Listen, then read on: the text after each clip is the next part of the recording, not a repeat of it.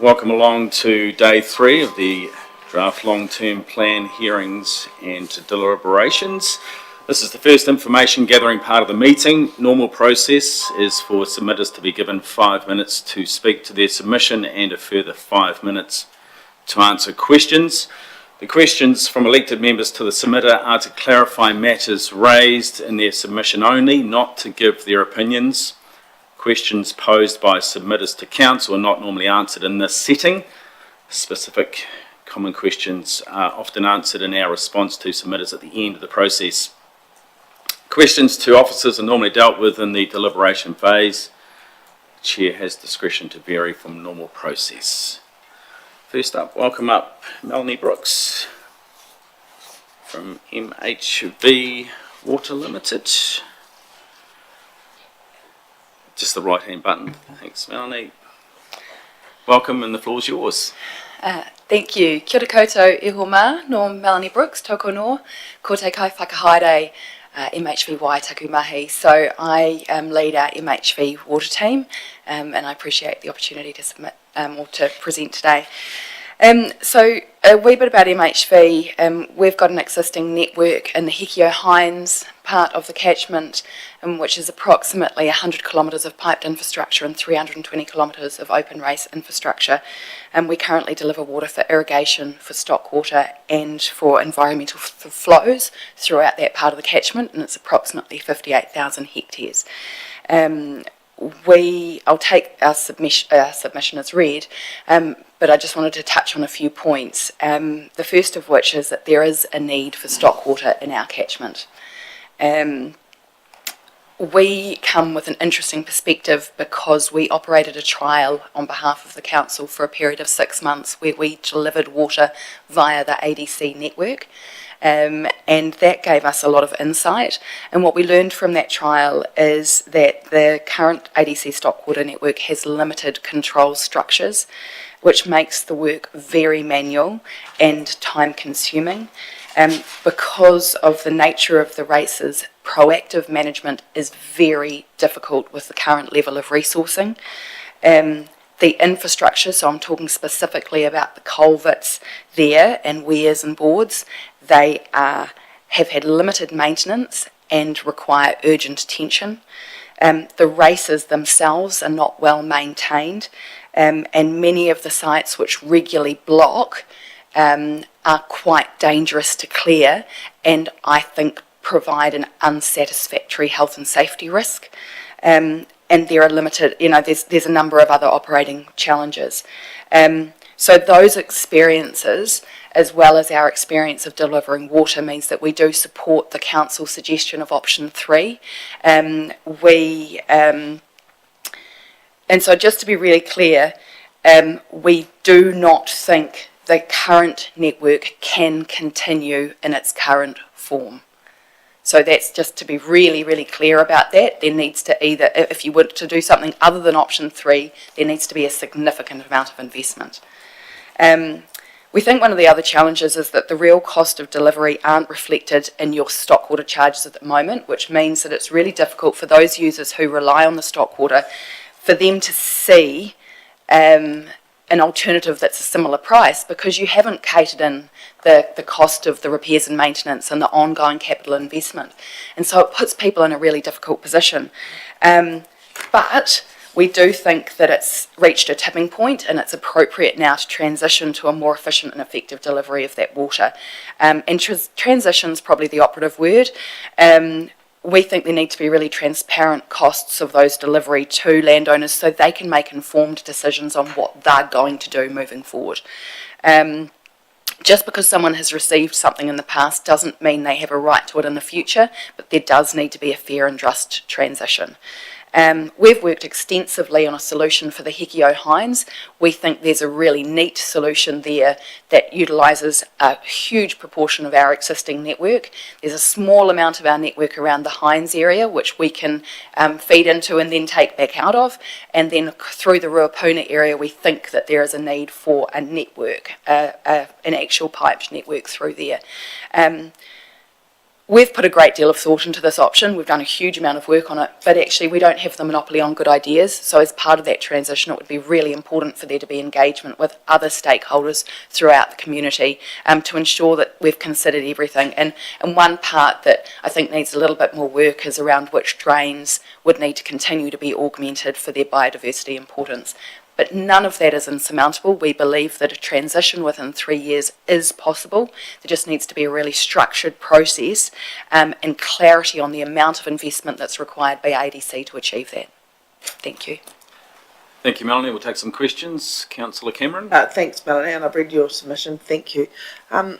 We have proposed a minimum charge. We, in the long-term plan, have proposed a minimum charge of $700 for stock water delivery, and also proposed to no longer supply stock water after 3 years. You talk about the inadequate funding. What do you anticipate would be needed resource-wise for ADC if you were interested in carrying forward? Like, what do you think is needed for the race to get the races up to standard? If you were to maintain the existing race network, so there needs to be a lot more control structures put in place. So those would be. You mean automatic gates and stuff? Do you mean? Yeah. So you'd want to have some flume gates. You'd need to also invest. There's places where people still cross on boards, so you actually need walkways with kick plates and rails. You would have, there's a number of areas where the water gets out onto the road regularly. If water gets out onto the road and there's an accident, that's WorkSafe notifiable. So I think there's a whole lot of risks associated with that. There's also not a lot of flow control, so as well as those other pieces of control, you'd need that. And also some weirs put in places that are automated so that you can hold the levels up. Yes. So I don't know exactly what that number would look like, but it would be a significant investment. We automated our races back 3 years ago, and it was a what did we $3.5 million or something like that. Righto. Okay. And one more question. So, if we're out of, you mentioned that you think some people in that Heinz Hekio area require stock water delivered via a race. No, they need stock water. It's how that is delivered is up for discussion. Within the Ruapuna area, there's very limited groundwater, yes. And so that's why I believe in that area a small piped network would be appropriate. We're not talking about large-scale pipes here, some small delivery, which I don't think would be that expensive, and I think could potentially be funded in a part contribution by the council, part contribution. So we could fund some of it and recover that with water charges over the course of, 20, 30 years or something like that. And may I ask one more question? Our proposed minimum charge, you think that's not enough, or you don't have a view on that at the moment? I have a view that it doesn't reflect the R&M and capital investment that is required, and so and I also believe that the reason why it's it's being subsidised by farmers who don't use the race network, yes. And so you get to that tipping point where people in the past have been prepared to continue to pay because they see it as community good, and a lot of our farmers really believe in that community good, and they're like, look, I don't use it, but I'll pay because it's community good. But when you start to actually reflect the costs, they go, hold on a minute, I've troughed my paddocks, I've invested in alternatives, I'm actually not prepared to contribute anymore. You guys actually need to do what needs to be done. Thank you. Councillor Wilson. Mel, you mentioned a structured process for the transition. How would you see the structured process working? Because obviously at the moment the council has staff that, we have a closure notice and it's quite a big procedure to go through. How would you see that structured process working, and how will we involve MHV and different parties? I'm a really big believer in having a time frame, working out what you want at the end of the time frame and working backwards from what you need to achieve that. And so I see it as the big ticket items, which is that network around so I'm just talking about the Hekio Heinz here, sorry, it is I'm so biased, it's not funny, but so for that area, I would see that the big ticket items of that network around Ruapuna need to be worked out and fleshed out in the very short term.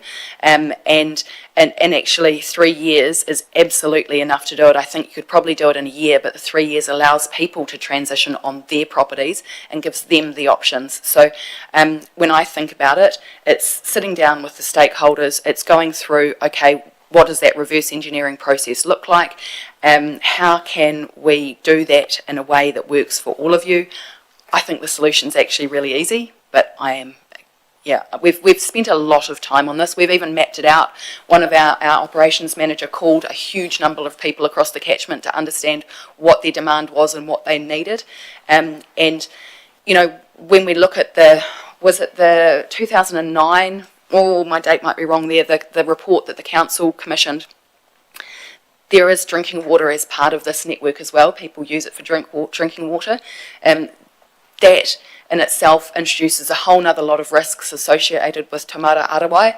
So we need to ensure they have the time to transition as well. Thank you. One more quick one from Mayor Brown. Thanks, Mel. Thanks for your submission. I've just got a couple of questions. Fed Farmers are saying it'll take 10 years to exit or suggesting, but you're saying 3 years is ample. I think 3 years is realistic if you have a very structured process. Yeah. Would you use if you took it over for your section, for your area, would you use the existing races or use the MHV races to deliver the water? We would use our races. There's only a smaller area of ADC races that we would utilise around the Hines area. There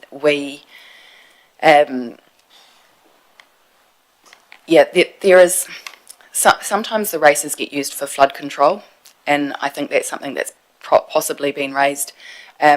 We find that often the stockwater races contributes to flood issues, not necessarily alleviates it, because the control's so limited.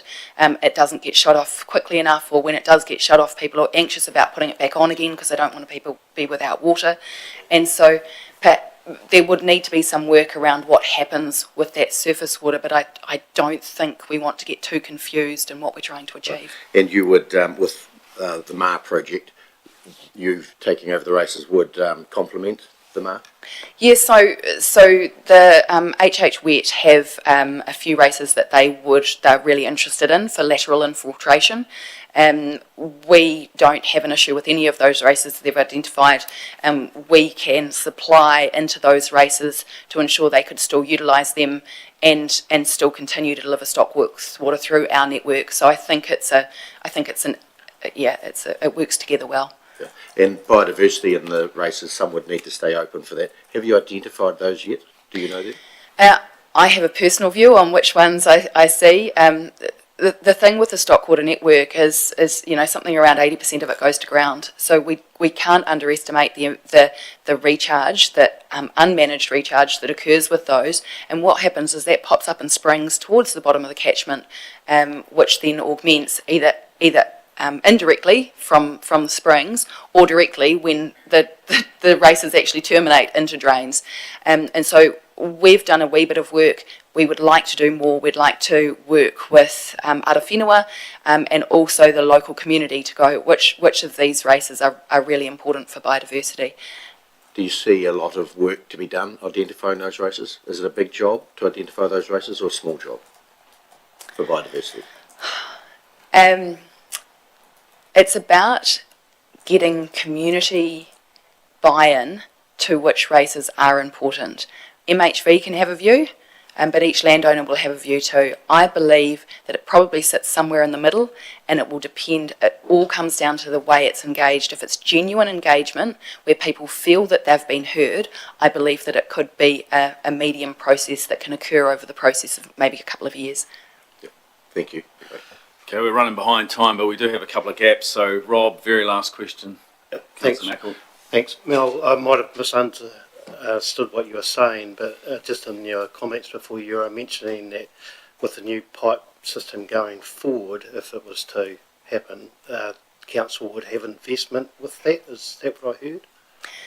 Well, yeah, I believe that the council should be investing towards some of that, yes. If the council was looking at getting out of stockwater, being put in a position to invest going forward, I just can't really understand that. So.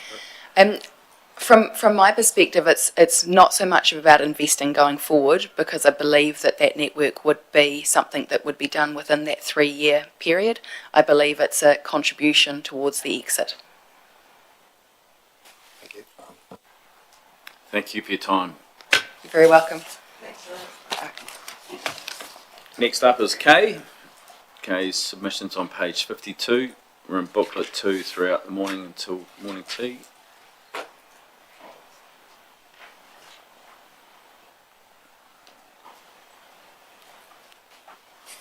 Now, I don't know about technology, so is this on? It's all good. Thank you. Thank you for coming in, Kay, It's absolutely fine. and the floor is yours when you're ready. Thank you.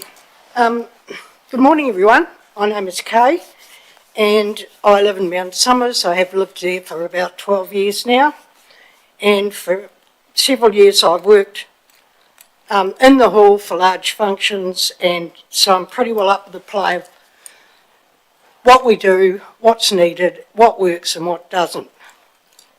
Since around 2015, I've been the hall caretaker, and as such, I did ask if it was okay to make a submission, despite the fact that I'm a council employee, believe it or not, and was told that you're comfortable with me doing so, and would welcome my input. So here goes.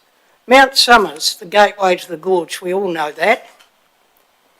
As you know, tourism has really taken off in this last season. The season I'm talking about would run from, say, October through till Easter. We've had an awful lot of coaches that are coming from A, Christchurch, and B, they're coming from Timaru as well. There's an awful lot more camper vans on the road and people travelling around. It's just the way it is. So my submission is about the public toilets, which have come up once again for replacement or renewal. When I say once again, the first time I came across this was in 2015, when council were talking about then replacing the toilets. So I would say that, you know, it's well overdue. The toilets at the moment are at this, what I would call the southern end of the domain, which is fine, because you've got the public toilets, you've also got a dump station there, and you get a lot of caravans and camper vans coming in and emptying out in that dump station, which is fine. They all know it's there, and it's what it's for. But the trouble with the toilets is A, their age, and B, the fact that there's just not enough of them. What's happening at the moment is we have a motor camp there as well, a campground which is really popular. It's very well patronised as far as campgrounds go. But you'll find that a lot of the travellers that come through are using the campground toilets, so it's very hard to gauge just what the public use of toilets in Mount Somers is. You can't really monitor it, only if you're going to stand there and look. In 2018, I made a submission to the then long-term plan with regards to disabled facilities, or should I say the lack of them, at both the hall and the campground. I still believe that this problem needs addressing. Whilst the disabled facilities at the hall and the campground could be combined unit, and I addressed that in my submission, it wouldn't be too hard to do, it wouldn't be terribly expensive. The main expense, as I see it, would be the groundwork involved with putting in the new toilets. You're going to have to do that anyway, and there are several options as to how you go about doing the toilet. So my suggestion is that it would be a good idea to plan ahead when designing waste disposal from the new toilets, with a view to accommodating waste from a future replacement shower and toilet block for the campground. Or you could consider doing the whole thing now. Right, so I've taken a leaf out of council's book here. Option 1, replace the public toilets with a new building and sewage system to accommodate the toilets and campground.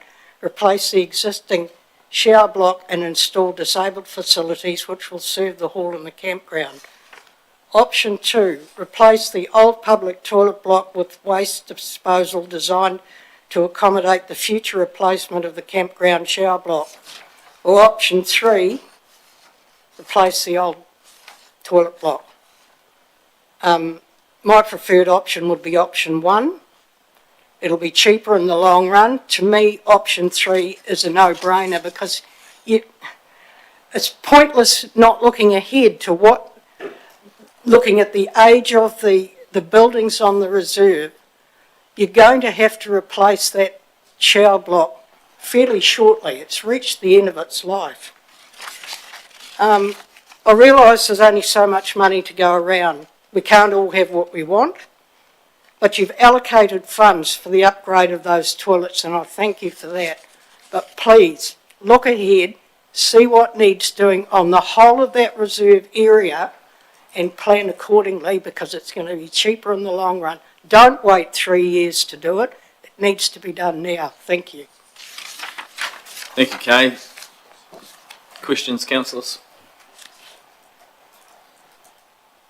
Well, that's good. Councillor Cameron? Kay, I appreciate your submission, very sensible suggestions. Thank you. Great. Thank you.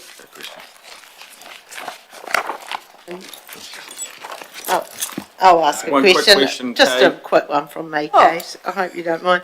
But just, so you've got the campground toilets and you've got the old toilets, which I agree, they're well past their use by date. I think you have to shut the door or you have to shut the lid or something so the birds don't nest to get in there. But combining the two, would you have them all beside where the current campground toilets are now? No, what I would suggest you would do is to site your new public toilets where the old ones are, because you've got your dump station there, which means when you've got camper vans and caravans coming in, it gets them away from the campground. Right, yep.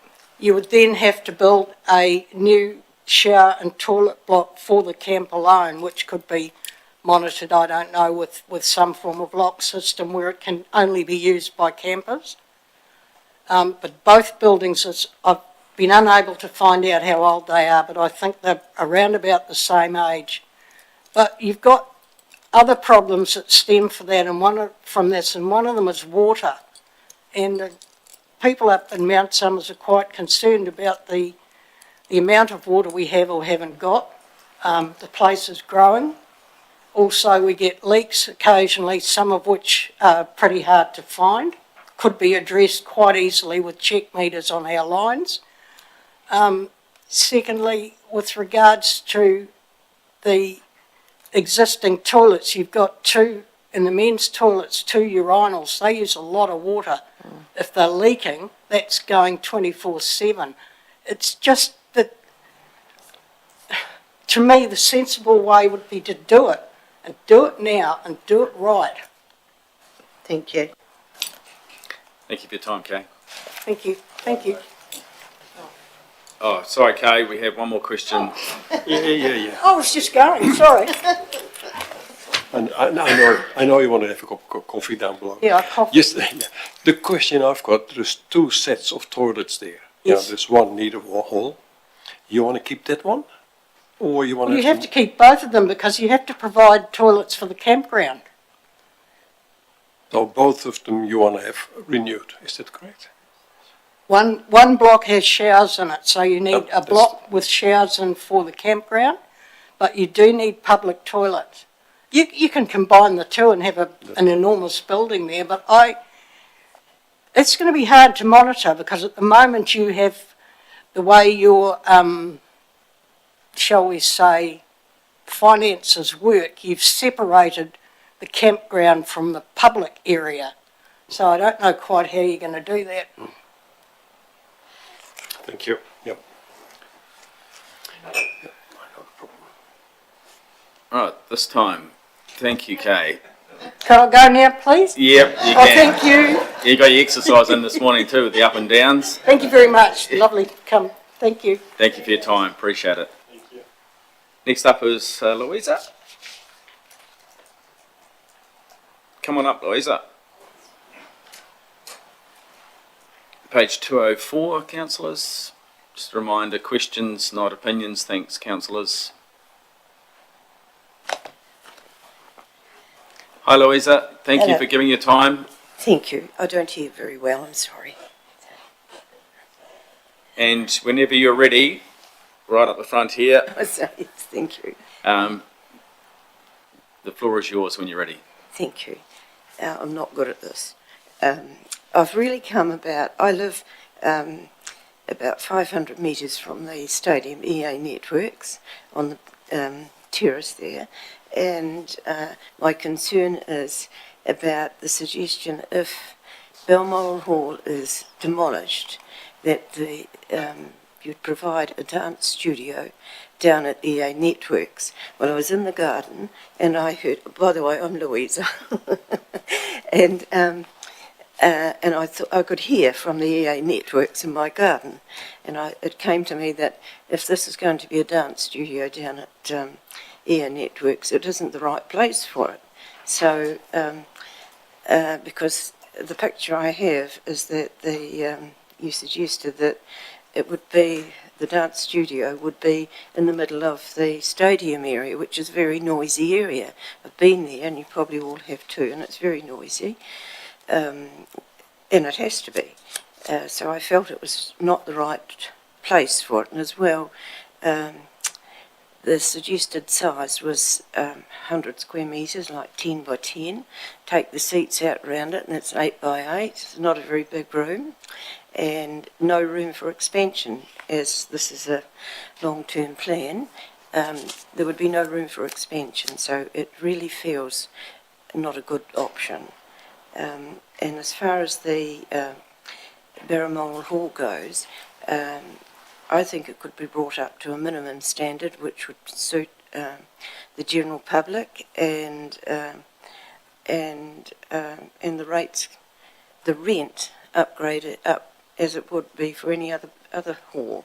I don't think it should be privileged in any way, and I think that the site, the whole hall and politics site, should not be sold. The land should not be sold. It's a very valuable part of town, and what a wonderful chance to set up this cultural precinct, purpose-built one, over a time. It's a long-term thing. Doesn't have to be done immediately. Well, what else have I got here? Anyway. Yes, that's basically, but the main thing is also that that land shouldn't be sold. And I think it's a wonderful opportunity to have this cultural precinct, and then we would be the best place in Canterbury because we'd have a very smart cultural precinct and a very, very good sports complex. I think that's me. Great, thank you, Louisa. We'll take some questions. Councillor Cameron.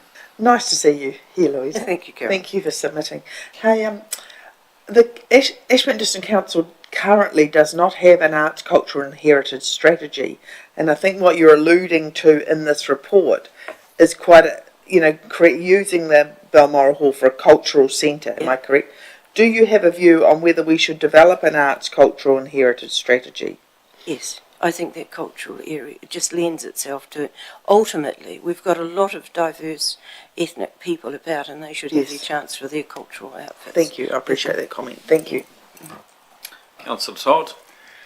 Councillor Cameron's actually pinched my question, Mr. Chairman. Okay, thank you very much. Any other questions, councillors?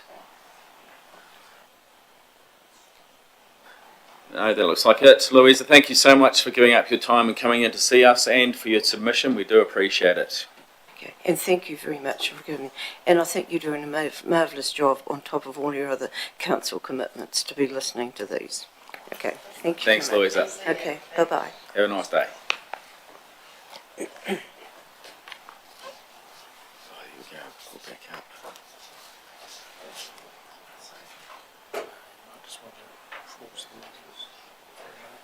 Okay, councillors and staff, we will pause the meeting for just a few moments.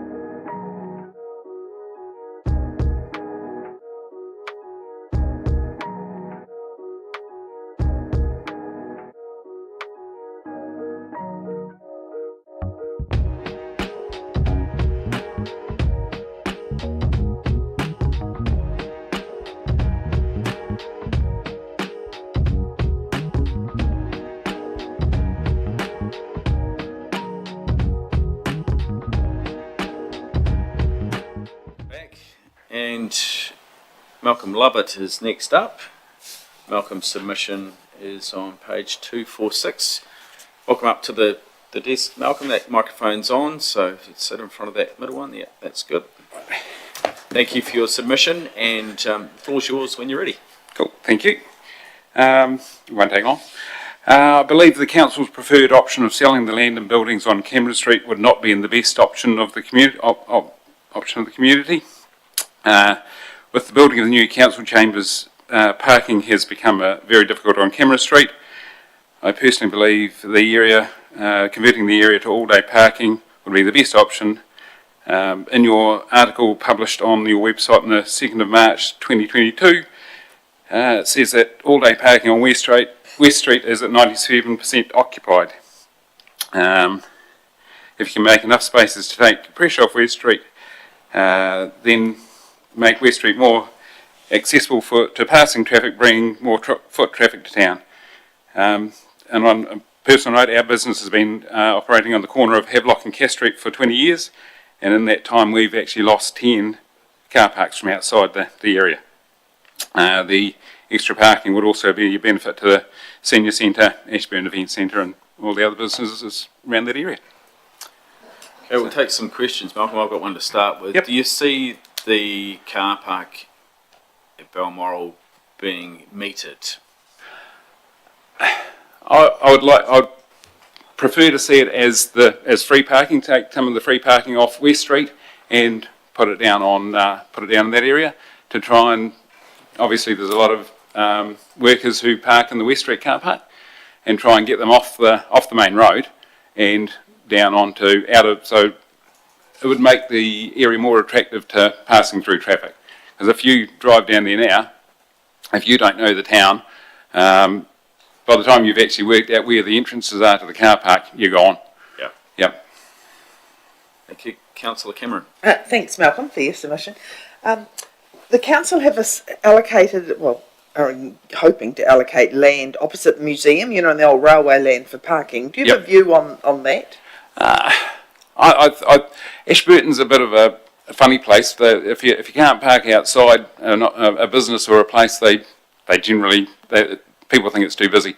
Yes. And with the trees and things we've got growing over there now, I think it's starting to look quite nice. Yes. I think that would be to convert that to parking would detract from the entrance to town. The 10-year-old oak trees. Yeah. So it would start to detract from the look of the town there. Yes. Yep. Okay. So your preference would be, rather than West Street opposite the museum, it would be substitute. Yep. Balmoral Hall Polytech site. The Polytech and the Balmoral Hall, you think should be removed? Whether the Balmoral Hall is saved or not, that's obviously up to the council. But if there's going to be a lot of money spent on it, it obviously has to recoup some of the money spent on it. Yeah. I would see. Yeah. Okay. Thank you. Thanks for the submission. Yeah, Brown. Yeah, thanks for the submission, Malcolm. If there was parking at the Balmoral Hall site, Polytech site, would you think it'd be all-day parking or time limited? Like I said, I think it would be try and get the workers who are parking on West Street, which are on the all-day parking, I believe, and get them down off the main street. So, okay, it looks at the moment you drive through town, the West Street, it makes the town look busy because it's full of cars, but it may. Yeah, I think try and get that opened up so you can actually get some vehicles in there, whether it be some bigger vehicles as well, something that's towing a caravan, get someone who can park in there. At the moment, if you go around the Countdown South, has always got camper vans and caravans and things parked in there because obviously it's easy parking. You need to make something that's easy for people passing through to understand where to park and to set up for a wee while. Thank you. Councillor Brown. I'm still here. Hi Malcolm, how are you? Just a question. If we, basically the idea was that we're going to sell that site. That was an option, just to pay for this building or part of it. so we could sell it to the public. Would you be happy with something like that, or you like to keep it in council? Well, I think with anything like that, you obviously the council have set up on this side of the railway lines now. So I think that they need to, the council probably need to leave their options open and not sell it to the public at this point. Obviously, if it got sold, it would end up probably being concentrated housing or something in that area. But I think that the council needs to leave its options open for parking and for that sort of thing. So not to sell it to the public at this point. Okay, Yep. thank you for that. Looks like that's it for questions. Malcolm, thank you so much for your submission and for giving us your time to come and talk. Appreciate it. Thank you. Cheers. Thanks. Thank you. Okay, next up, councillors, page 73, Kelvin Holmes, Methven Community Board, and looks like some board members going to join him. Welcome up to the desk team. I'm just waiting on Robin, if that's okay, if you just give us. Thank you. Yeah. We've got the cavalry today. Here's the next iteration.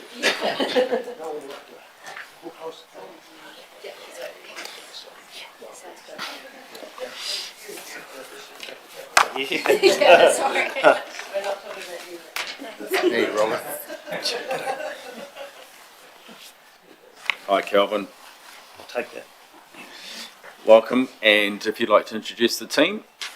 On my left, we have Megan Fitzgerald, Richie Owen, Robin Jenkinson and Alan Locke, all the elected members of the Community Board, which I'm sure you all know. So we're here today because we feel there's quite a bit in this submission that's been flicked out by other means that was never discussed with us in the first place. We've got a number of people here who are going to do submissions on what they wrote. Hopefully you've got 5 of them. Initially, I'll just speak to the first one. The Community Board, I don't know whether you've seen that, or they're being represented, or they're turning up, or whatever, but they're looking for an increase in their operating grant that comes via the Community Board to their operating, which is presently 15,000. As you'll be aware, they've had a big upgrade there, which obviously increases the costs of anything. So we support an increase. We've mentioned 25,000. It comes out of the Community Board area, and as per their submission also, the rating base has increased quite markedly since that first 15,000 was put in there. So I would imagine every 3 years the rating base grows, so the ratio to get to the 15,000 shrinks. So in theory there's more people in Methven, it's funded from Methven, so we'd like you to look kindly upon their submission, which is, I've just said, runs through us. We've got a submission on the organic food waste, which Robin's going to talk to. You might have it with him. We've got a submission on stock water, which Alan Locke is going to talk to. Richie Owen's going to speak on the economic development, and Megan's going to speak on the hall. The second part of my submission, well, the other submission, is the Garden of Harmony project, which I know you're all aware of. We're seeking, and been advised by council staff, to put in an application to this LTP for 10,000 funding in the first year only, for the development of a planting plan, whatever you like, so that the reserve area can be seen to have organisation and what it's going to look like in the future. It started as a Methven Lions initiative, and the Community Board and the community have shown real interest in this initiative. So to keep the ball rolling, we would like to be able to develop up the concept plan, and in end of March next year, we've been advised by staff that we will be offered, the Medford Community Board will be offered the licence or the lease, I can't remember which one it is, I think it's the lease, so that the whole thing can start. So whilst we've got a year to go maybe, we can do a fair bit in that first year. So, and we as you note in the submission, we think that 50% should be from the Medford Community Board area and 50% for the general rate, because it will, over time, be a huge community asset. So that's how we've arrived, or a district asset, I should say. So, yeah. So I guess we'll just take questions after. Is that the way you want to do it, Councillor? Yep, thank you. Robert. Thank you. Right-hand button. Right-hand button. That one? Thank you, yep. I'm just going to talk shortly on the solid waste. The first one is that the Methven Community Board is solely in favour of option 1, which is to have the green waste and putrescible waste all together. And the second one was the redevelopment of the Methven transfer station. And we noticed in the draft plan that the section about it had been excluded for the next 10 years. And we were of the understanding from previous agendas and that it was to be looked into during the 23-24 year. And to see it excluded, we're asking for an explanation as to why it was excluded without any discussion with the board as such. So effectively we would like to see that reintroduced back into the long-term plan, and as part of obviously the general rate as per the other transfer stations around the district.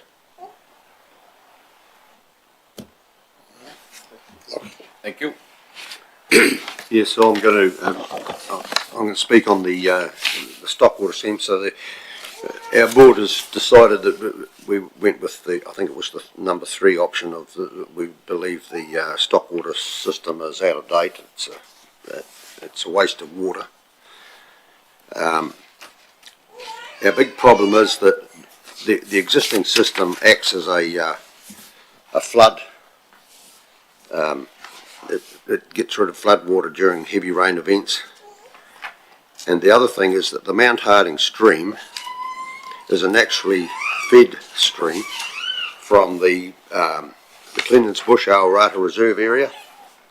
At the moment it's supplemented by the North Ashburton main, which if that becomes shut down, I think there still needs to be some form of supplementation of the Mount Harding stream, because in dry events it'll dry up and the wildlife etc in the creek will be it won't help that. So at this stage we believe the streams running through Methven should remain intact, but no water in them, and be flood mitigation, and that some form, whether it be a gallery so that mitigates the need for a fish screen, to supplement the Mount Harding stream during dry seasons. Thank you. Thanks, Alan. Richie, you up next? I'll go Megan first. Kia ora, councillors and staff. It's come to our attention that there's proposed to be the removal of the $30,000 that is currently allocated to the iHub, i.e. the Mount Hutt Memorial Hall, after year 1, the second year of the LTP. And we've got quite grave concerns from a community perspective, a community board perspective, that revenue stream's quite key for supporting the community, and keeping that hall is quite it's the heart of our community, and if we don't have that funding, we're going to have to look into more commercial operations to support that, and we're just really concerned that that's not going to allow our communities to be able to use it as a space for facilities. There's also a fair chunk of district promotion that happens. We have international and domestic visitors that frequently use their iHub services, so without that funding, we're not going to be able to provide that service anymore. So. And we also acknowledge that the Memorial Hall is unlike any other hall we have in the district, and we do need your support for that. It's quite important, and we can't have a big empty building in the middle of town, that's for sure. So we're just putting the recommendation forward that the $30,000 remains each year in the LTP and is adjusted to account for inflation each year. The next one is we support option 2 for the Extend EA Network Centre. We think do it once, do it right, put the 3 courts in. And then finally, the Methven Strategic Plan. We acknowledge that there's been $20,000 put in year 1 of the plan and also $10,000 in year 6. And we support that as it's important for our town to know where we're heading and create that sense of identity. So thank you for the support in that. We do ask that the funds come out of the general rate rather than the targeted Methven rate, because everyone in the Ashburn district is going to benefit from the strategic plan. Thank you. Richie? Yeah, thanks councillors, thanks for your time and thanks for having us here. We put a submission in basically because of the amount of community coming to us, talking to us and telling us that we need more spend in this area. So I'll just read a little bit from the submission that we made. Tourism, the act and process of spending time away from home in the pursuit of recreation, relaxation and pleasure while making use of commercial provisions and services. We also have a little note underneath, tourism does not always arrive in a big bus, happen in resort towns, or come with foreign money in pocket. So with that in mind, obviously we feel that tourism is a massive part. The council has already made a commitment to support tourism. We just would like to see some more spend in this area to reflect the increase in tourism post-COVID. Hopefully there's been a few other submissions from other businesses in the area to support this. We also make note that the current spend from ADC in this industry at the moment is a little bit below, or if not well below, a lot of other councils in New Zealand. So we just make note of that.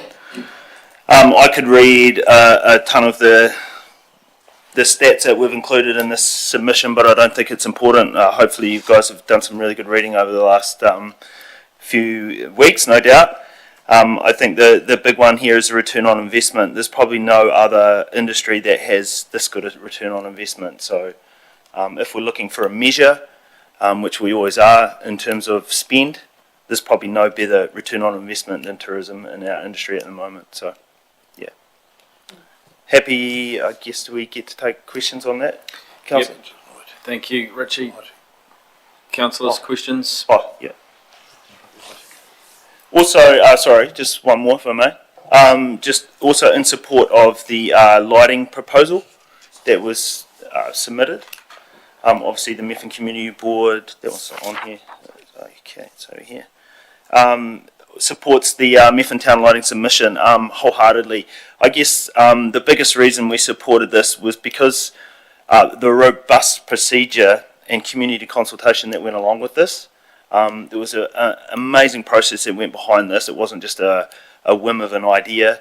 There was actually submissions, there was focus groups, and there was surveys that went out within our community, and the response that we got from that led us to obviously get behind it as well. We think it's a great project for our community, and obviously the community thinks that too. So that's why we're here to speak to that.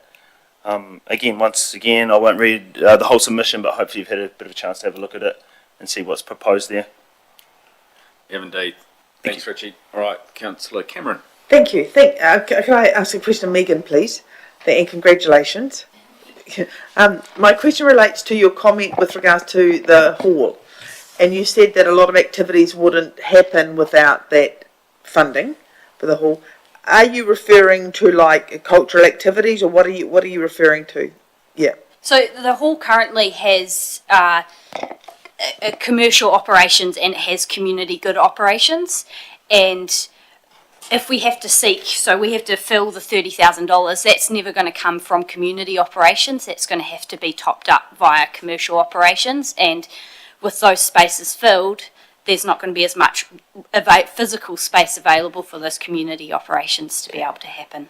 Can you see the hall playing a role in the provision of facilities if, for example, we had a arts, cultural and heritage strategy in the community? It's a good question. Yes, definitely. It's a memorial hall fundamentally, and it's got the seed and grain, snow and grain centre in there too. So there's already aspects of cultural elements in that hall, and I think if that sits within a strategy, well, then we're going to be able to create and encourage a lot more events that support our community. Yeah. Thank you. Thanks, Megan. Councillor Todd. Thank you. I'll push my button, but I think you already answered the question, Richard. Just regarding the lighting, just really half the targeted rate is to come from the community. And my question was, you do have good buy-in from the community, which I think you've answered the question anyway. So that was, as long as the community is on board, then it should happen. I think, through you, Mr. Chairman, that this lighting thing's been on the radar for a good number of years, and then all of a sudden it gets ripped right out. Right out. There's no second unless the consultation process gets us to where we even were. There's been a lot of money talked about hooking it up, running it, who's going to pay for it, all that sort of stuff. We note that Ashburton Town lighting is in for something like I'm going to say 80,000 or whatever it is in about another 3 years. And yet Methven, who has an awful lot of visitor during the winter, is out the door.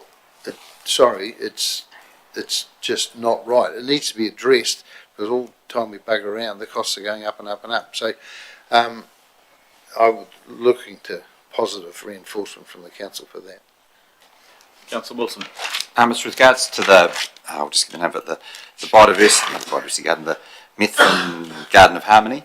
Are you aware of the Ashburton District Biodiversity Strategy and the ADBAG, Ashburton District Biodiversity Advisory Group? That Garden of Harmony may, or ticks off one of our strategic goals or our things we want to do from that strategy. So are you aware of that?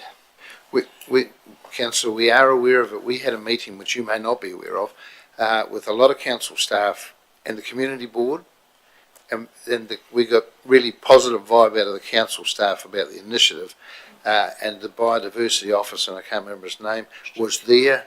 There was a lot of people there that could pull and push a few buttons. We can't establish anything per se apart from outside the community board until we have the lease. So I'm not sure whether your question was saying seek 10,000 out of the biodiversity or not, but it needs, in our view, needs to come through the only existing channel we've got right now, and that's the community board, if that answers the question. Yeah, Brown. Thanks, Phil. The $30,000 for the iHub or the hall, how's that funded now? Is it a targeted rate on Methven? Or Okay. I think it's through district promotions. Yeah. Okay. So out of the 100 and whatever that figure is that came back, I think it's out of there. Okay. But I could be well wrong. No. There is a small targeted rate that sits on the Methven community area, but it's something like $30 per. Yeah. So would you want it general rate funded as it is probably now, or targeted to Methven if it was reinstated? If it's reinstated, definitely out of that general fund, or kept the same funding mechanism that's sitting there at the moment. Right. Thank you. I think it's important that we have it, Where it's funded from exactly is a moot point, and that's up to you guys. But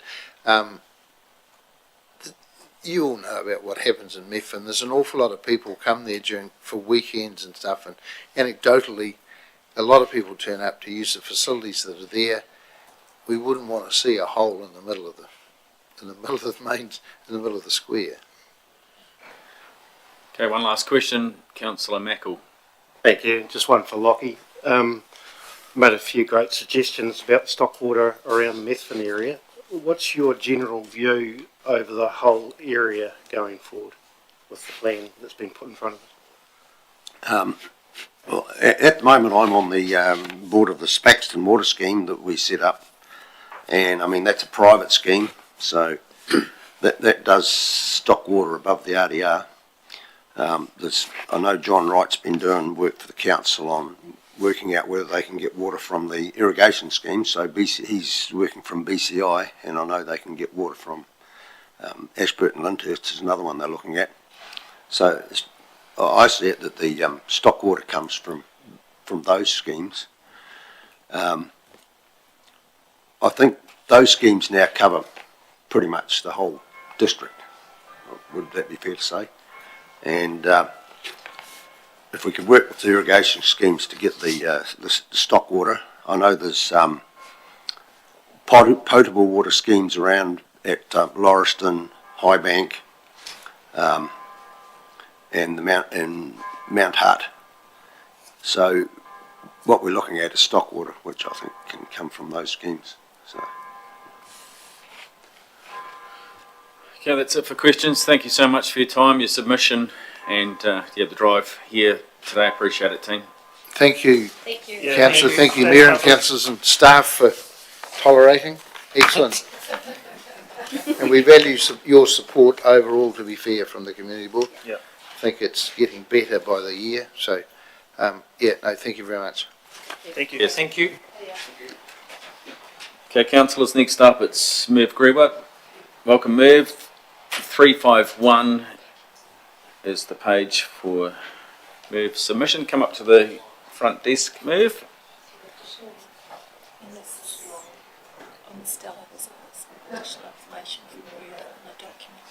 Okay, and we have additional information on Stella. Just in the middle seat would be great, Merv, thank you. And the right-hand button on your microphone turns it on. On Stella, there's additional information.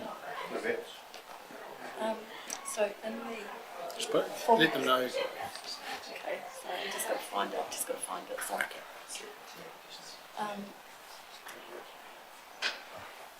Okay, if you look on Stella in the LTP folder, and there's a document, as opposed to a folder, a document called Hearings Additional Information.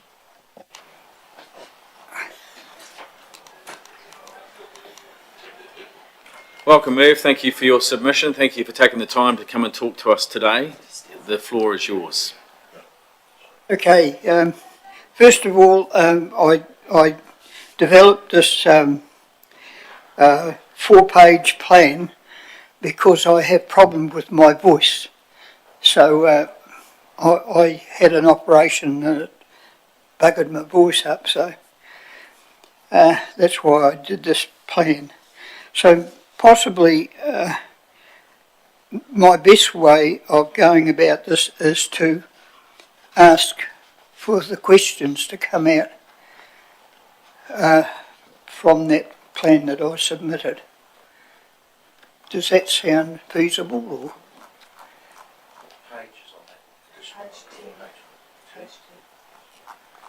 Okay, it looks like we're page 10.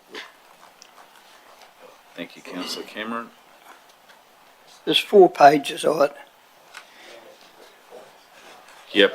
Can you tell me first, the people that I'm talking to really is it a committee that looked into the swimming, the water-based whatever? Was it a committee of say 3 people, or is it the whole council that looked into this plan? Normally questions tackled in the deliberations process, move, but it was a council decision. Okay, so that answers one question I had. Councillors, do we have any questions of move? Yes. Councillor Wilson. Merv, with your experience with outdoor, I've read this submission and it sort of alludes to it. Outdoor pools, how, would you, an outdoor pool or a covered pool, because obviously that's the big decision that we're trying to make. How functional are outdoor pools, and is that the way of the future in your view? An outdoor pool really is a burden. You're putting a burden on your back straight away, because reason why I ask about whether you've got a committee or not is I'm wondering if those people have gone down and stood exactly where you envisage putting that pool. If you went down there in February, for instance, you would have had probably in the vicinity, I haven't been able to trace it down, well, I haven't had time to trace down how many nor'wester winds came through that particular area. The area is on the nor'west area, the nor'west part of the area is covered by old vehicles and scrub, and so with the nor'westers in say February, you would have had 5 days at least where you would have lost. You wouldn't have been able to open the pool. If you had umbrellas up, as it suggests in your plan, umbrellas and shade cloth, they would have finished up probably over the other side of the EA area. So just in that factor alone, you're losing days. The pool can only be open probably from November until April or March, April, and so it's sitting stagnant for the rest of the 7 months. So really that part of it puts a burden around the council's neck, because it's still got to be cleaned out. In my days of an open air pool in Hokitika, it took us probably 6 weeks to get the pool ready before we opened for the season. So that's another burden you're putting on your neck. Does that answer what you... Councillor Cameron. Thank you. Thanks for your submission and the accompanying document. I don't think you give advice on the size of pool. I've read a lot of submissions, and if quite a few people say a pool should be 50 metres long, not 25, if we built a new pool, not 25 metres. Do you have a view on that, please? Yeah, yes. Again, you're putting a burden on your neck. Yes. If you go to a 50-metre pool, 50-metre pools are actually developed for competition. Yes. 25-metre pools, what they call short course competition, and so there's no necessity for a 50-metre pool. And the moment you introduce that, you're introducing the tank that you build the pool with. I understand from what I've been told that you're looking at a Merthyr pool liner, and the Merthyr pool liner is a thing that you just, if this was a pool here, you just dump it in and away you went. But the bucks that are involved with a 50-metre pool is colossal. Okay. Your $3 million wouldn't cover it. Wow. Okay. Thank you. I appreciate that, Merv. Thank you. Councillor McMillan. Thank you. Good morning, Merv.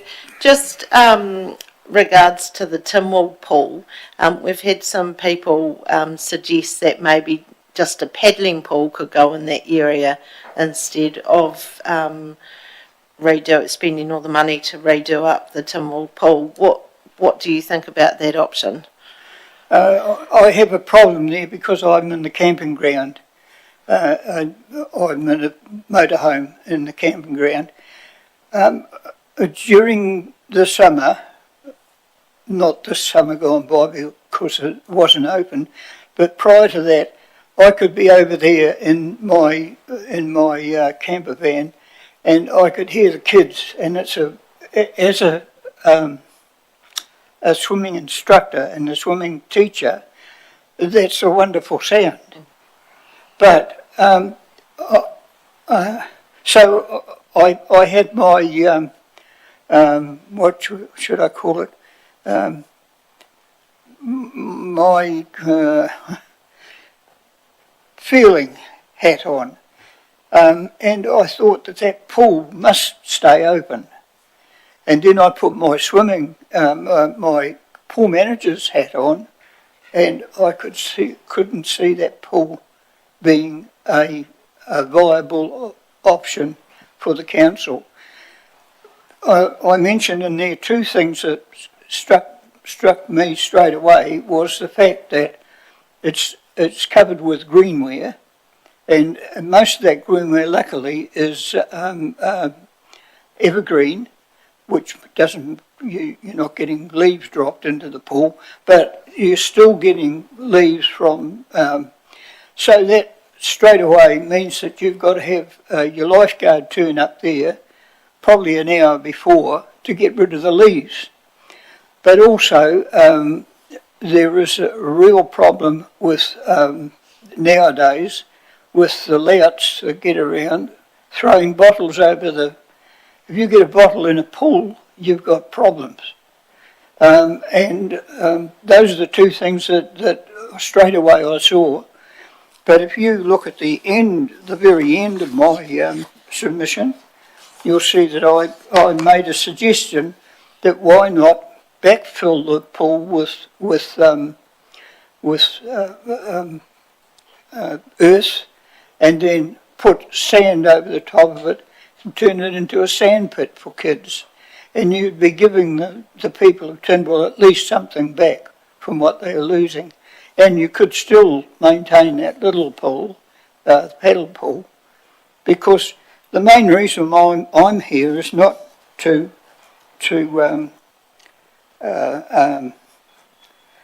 put forward the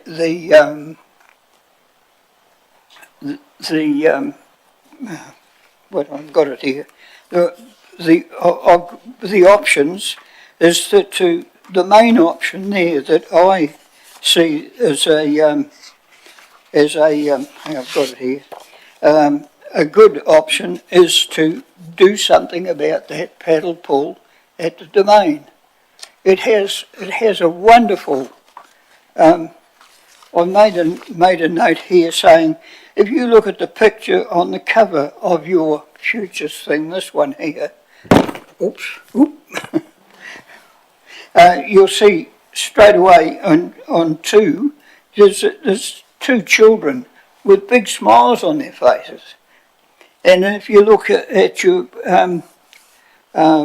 water-based cover, same thing kind of thing.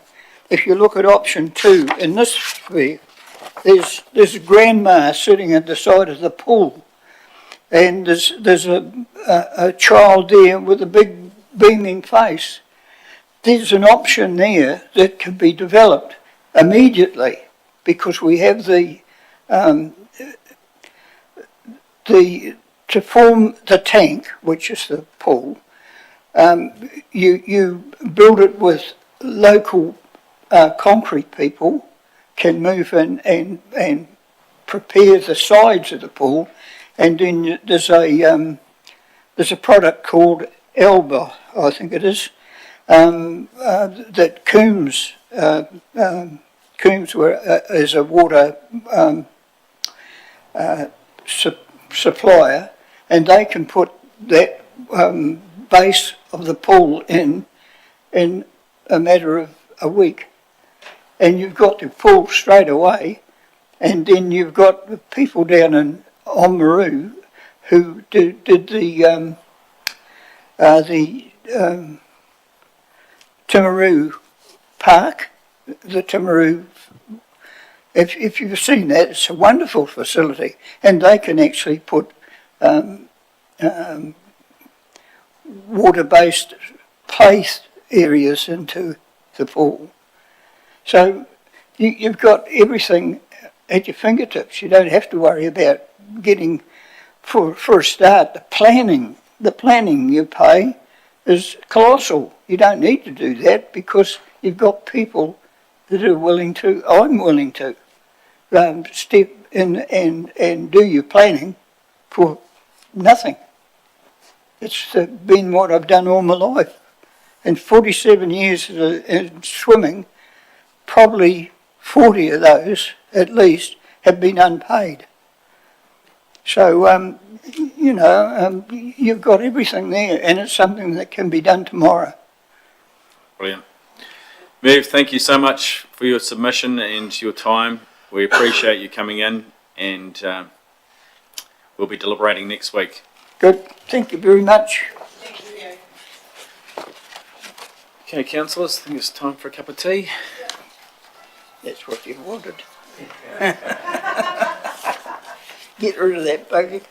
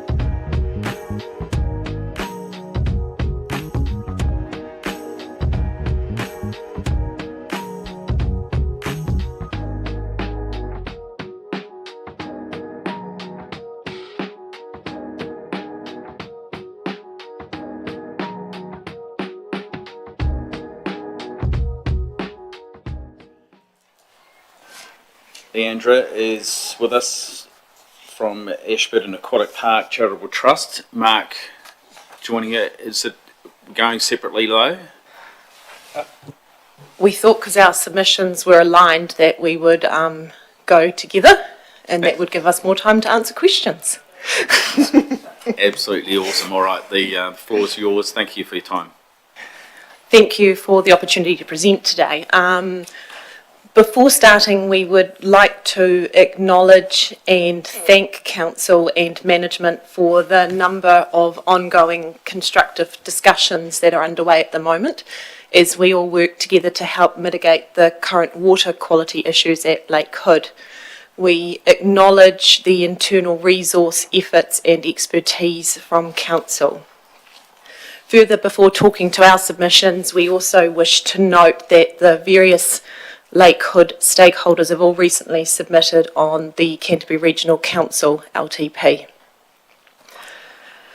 The lake is a considerable asset owned by Council for the Mid-Canterbury District and wider Canterbury District, and it's often only when I'm working outside of Mid-Canterbury that I fully appreciate this in terms of the number of visitors that Lake Hood brings to Mid-Canterbury, people visiting and utilising the lake over summer months. As Council will appreciate, the Aquatic Park Trust has been involved with the establishment of the lake since the outset. The Aquatic Park Trust was formed in 1998 and established the initial stages of the development. The Trust in 2010, by way of gift to Council of 11 million, the gift of 11 million was used by Council to purchase the ongoing lake and surrounding area. In recent years, the Trust has been a partner of the JV entity Lake Hood Extension Partnership. The Trust moving forward considers its role as working with other stakeholders to help resolve the existing water quality issues and advocate for Lake Hood as a leading recreational reserve for the district. Mark, do you want to say anything about Extension Project at this point?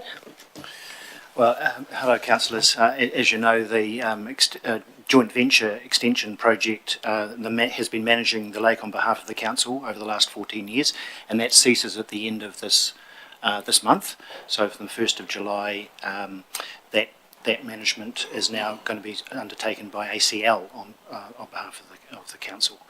So from that point, we're in the process of working with council around transferring relevant resource consents from the joint venture to the council, and it's a process that is intertwined with the issues around water quality as well. So it's an ongoing process we've got.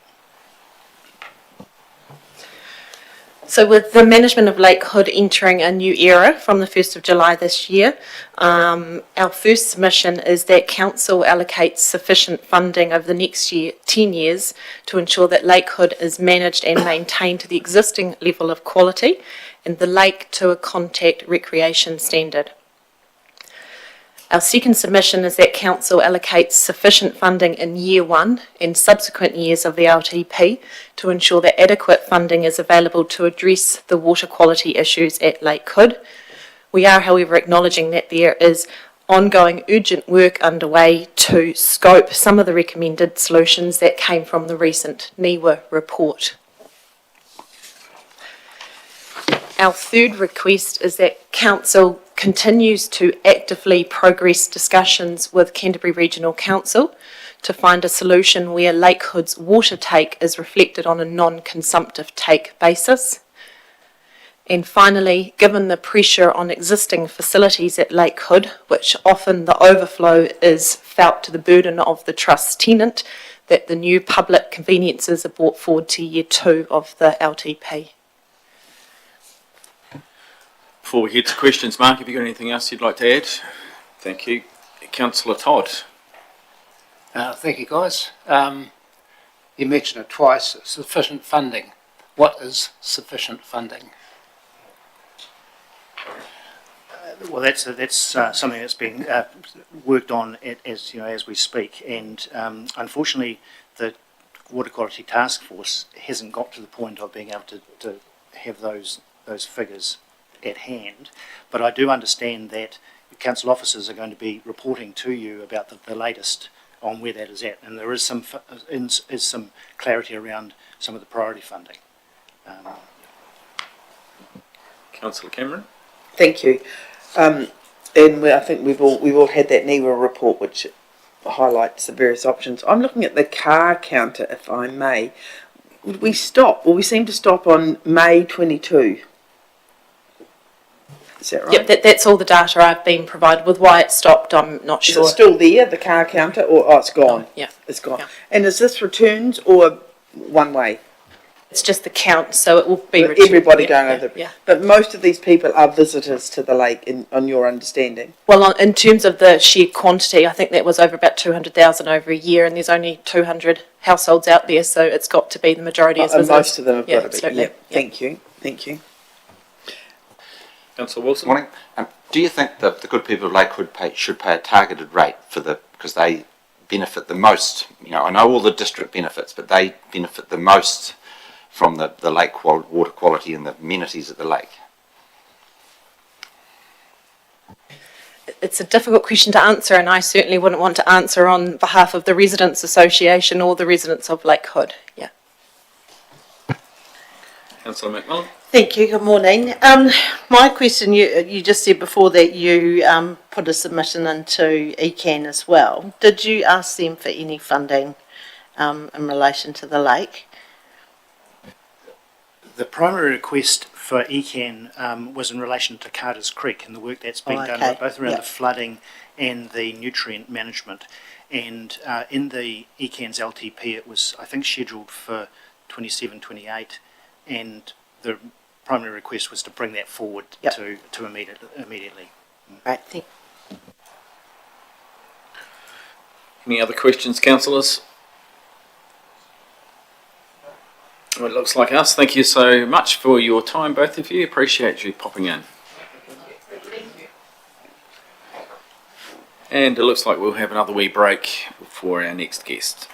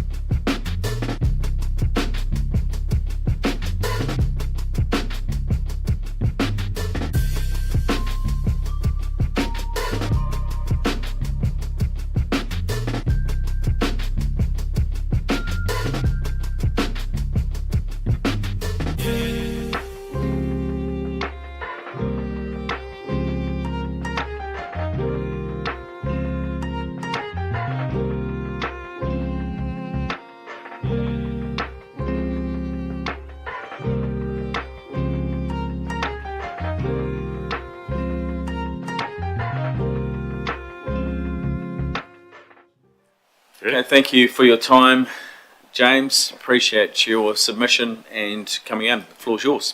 That's all right. Oh, yeah, I'm speaking on behalf of the users of the the Montalto water supply in response to the question of should council get out of water supply, stop water supply. And I'm submitting saying that we, the users of the Montalto water, would prefer the council not to get out of stock water supply, because our drinking water is also supplied through the same system. So those of you that don't know about the Montalto water scheme, it's a single pipe system that was initially put in as a stock water scheme, and people have hooked their houses onto it in the past. And now with the current water rules, of course, there are a few issues coming up with water quality. Yeah, the reasons that I think that the council should stay in the stock water supply is we need an independent body to run our water scheme, and the council seems the most appropriate, especially given that domestic use is part of the scheme. In terms of water quality, the issues and things that are coming up are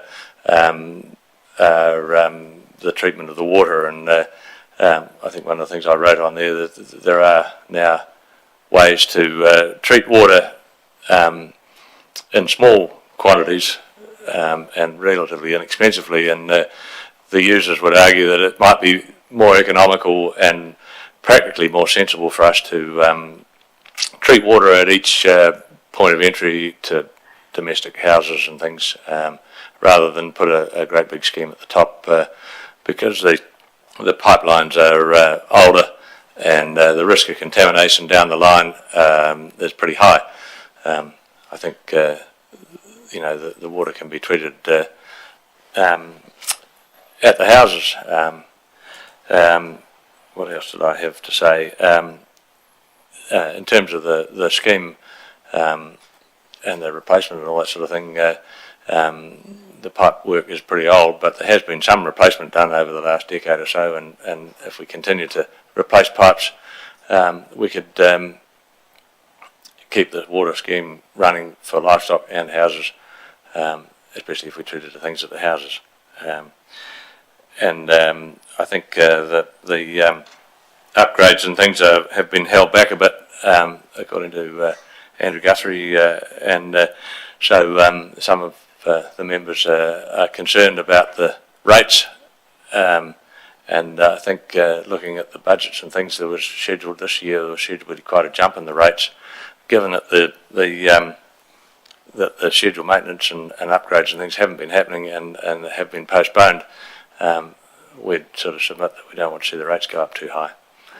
And that's pretty much all I really have to say. So, thank you for your time. Thank you, James. Questions, councillors? Councillor Wilson. Morning, James. It's to do with probably you mentioned that it's a dual purpose scheme. And you mentioned it said it was stock and then drinking. We would say drinking and then stock. Yes. No. So would you think they'd consider splitting the two off so that we got out of stock water, there's your stock water, and then we did the drinking water? If you wanted to split the stock off the drinking water, you'd probably need to have a second series of pipes supplying water to all the houses, independent of the stock water, which would be quite an expensive exercise. And I know the council have done some work on that and budgeted and that sort of thing. And presumably, if you did that, you would treat the thing at the top. But all pipes get old over time, and there's still the risk of contamination along the length of the pipe before it actually reaches the houses, in my view. So I still think that treating at the houses is the best option. Thank you, Councillor McMillan. Thank you. Morning. Do many of you have wells up there, or are you just solely relying on those races for drinking water? The Montalto doesn't have very many wells at all in it. In fact, I don't know of anybody that's getting bore water. I know of a well that was dug on a property in Montalto, and it went down over 200 metres and only got a small amount of water. and so yeah, it's pretty expensive poking the hole in the ground, you know. And we've got a very good scheme in terms of water supply because it's taken out of a creek up in the hills and gravity fed all the way.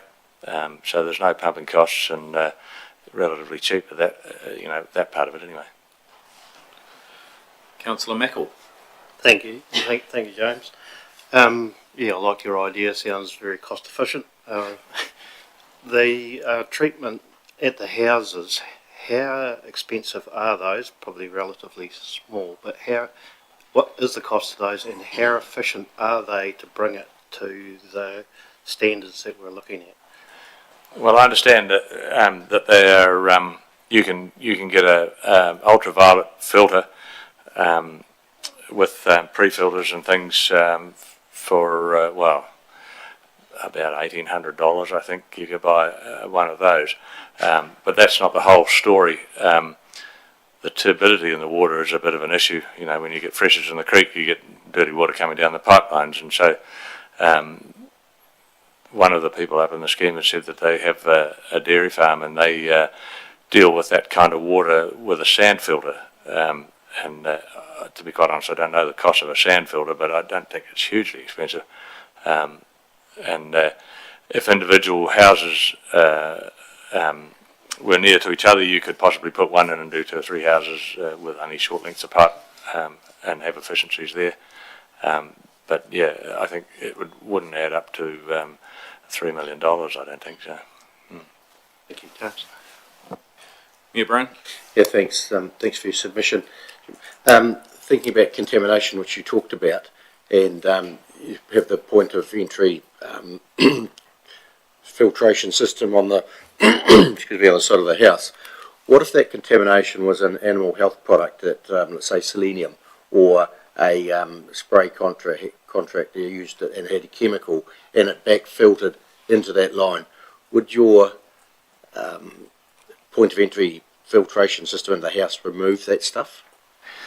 Well, I'm led to believe that you can get reverse osmosis plants that are, you know, sort of household sized, and my understanding, and I'm not entirely sure whether I'm correct, but my understanding was that they'd remove everything and you'd be just left with H2O. Okay. Yep, because that would be a real risk. Apparently, yes. Yeah, yeah. of contamination by animal health or well, that risk currently exists now as well. Yeah. And it hasn't happened yet. No, we've got tougher rules coming. Yes, I know, yeah. Yeah. There's the problem, yeah. Yes. Councillor Ellis. Thank you. You say in your statement you want the rate increases kept as low as possible for the water supply. Yes. There are a lot of people who have the water races going through their property who actually don't use that race at all, and they're paying the same amount as you who does. Is that a fair system, in your opinion? So there's a lot of people who pay for water races, yes, so that they continue through their properties to the people who want to use it. Yes. But they don't use the water but have to pay the same amount as those people who do. Well, yeah, our scheme is a pipe scheme, and there are no water races in our scheme, and everybody within the scheme does pay the rates for it. And there are individuals who would possibly like to leave the scheme because they have alternative sources of water, and it's because of the rates. At this point, they haven't been allowed to leave. But as far as the water races go, I probably can't really comment because I don't really know. We don't have water races in our area. Councillor Todd. Thank you. So how many houses or properties are involved? How many properties? How many houses and how many properties? I think there's around about 80 to 100 houses. Okay. I think it's about 5,000 hectares of farmland. That's all. Yeah. Okay.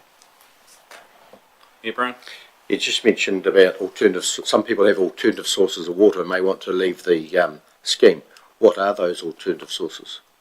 They have irrigation water from the likes of Mayfield Harnsfletter or Bar Hill Churchy, or those are where the water. Like there are some dairy farms who are paying rates on this water scheme, and they are getting water basically they're getting water for their livestock drinking water from their irrigation, and I think the majority of them are still hooked on with the houses, but they're paying their rates based on their hectares of farmland, so they're paying an awful lot of money for only house water actually. And you say there's no water races up there, No. so and it's all, you have pipe and troughs, I imagine. Yeah. So how do the bees survive? Because we've heard that the bees need water races. Bees? Yeah. Well, I've seen plenty of bees. I've got a beehive just beside a water trough, and there's plenty of bees in the water trough. There are creeks nearby. The Hinds, the South Branch of the Hinds, sometimes has water in it, and they seem to survive. Bees happily drink out of the water troughs. Oh yes, yes, Yeah. I've seen them, you know, Successfully around the edges there, and Yeah. yes, I do drink out of the water troughs. Thank you. That looks like it for questions. Thank you, James. Appreciate your time, your submission. Okay, thank you very much. Thank you, Councillor. And we've got Jimmy Newport here. Jimmy, if you'd like to take a seat in the middle. Welcome, Jimmy. Thank you very much, and apologies for being a little bit late. All good. We had a wee reshuffle, so no worries at all. Yeah, no, much appreciated. Appreciate your submission and your time, and the floor's yours. Okay. Yeah, well, I kind of wasn't sure exactly what I need to say here. I presume everybody has read, also read a bit about the Methven Community Pool, and so yeah, it was more to try and answer some questions. If there's some points that you wanted to make regarding your submission, now would be the chance to do it for a few minutes, and then we can take some questions from the councillors. So the Methven Community Pool, over the last 18 months, we've procured a lot of grants, or applied for a lot of grants, procured some of them, not all of them. We've and basically completed or in the process of completing about $250,000 upgrade on all of our filtration and plant side of things, and then slowly working through the rest of it to bring it up to speed and sort of future-proof it. So we get a targeted rate, which I'm sure you're aware of, which comes through to the pool. And I guess my sort of biggest thing is that the last 10 years Methven has seen significant growth, and so the targeted rate as percentage, which is to the ratepayers, has not been transferred to an increase of funding towards the pool.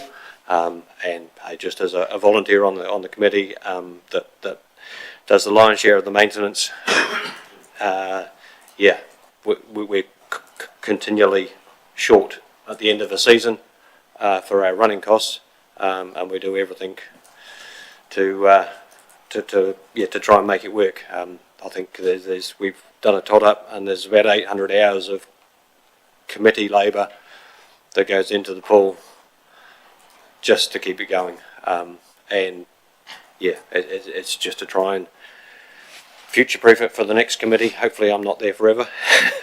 And yeah, like we haven't had an increase, and with the population and houses development growing in Methven, as it stands at the moment as a targeted rate, my brain says there's room for increase. But yeah, and like ultimately the pool, we have key sales, gate sales, but trying to keep it as accessible as possible. There's a limit to what we can do with increasing that sort of thing. So we get funding from all the schools as a pupil contribution, and then we have an opportunity to sell keys and take a pretty much a gold coin honesty box donation for any people that come with key holders sort of thing. And a limited opportunity, I guess, to raise much money to run it.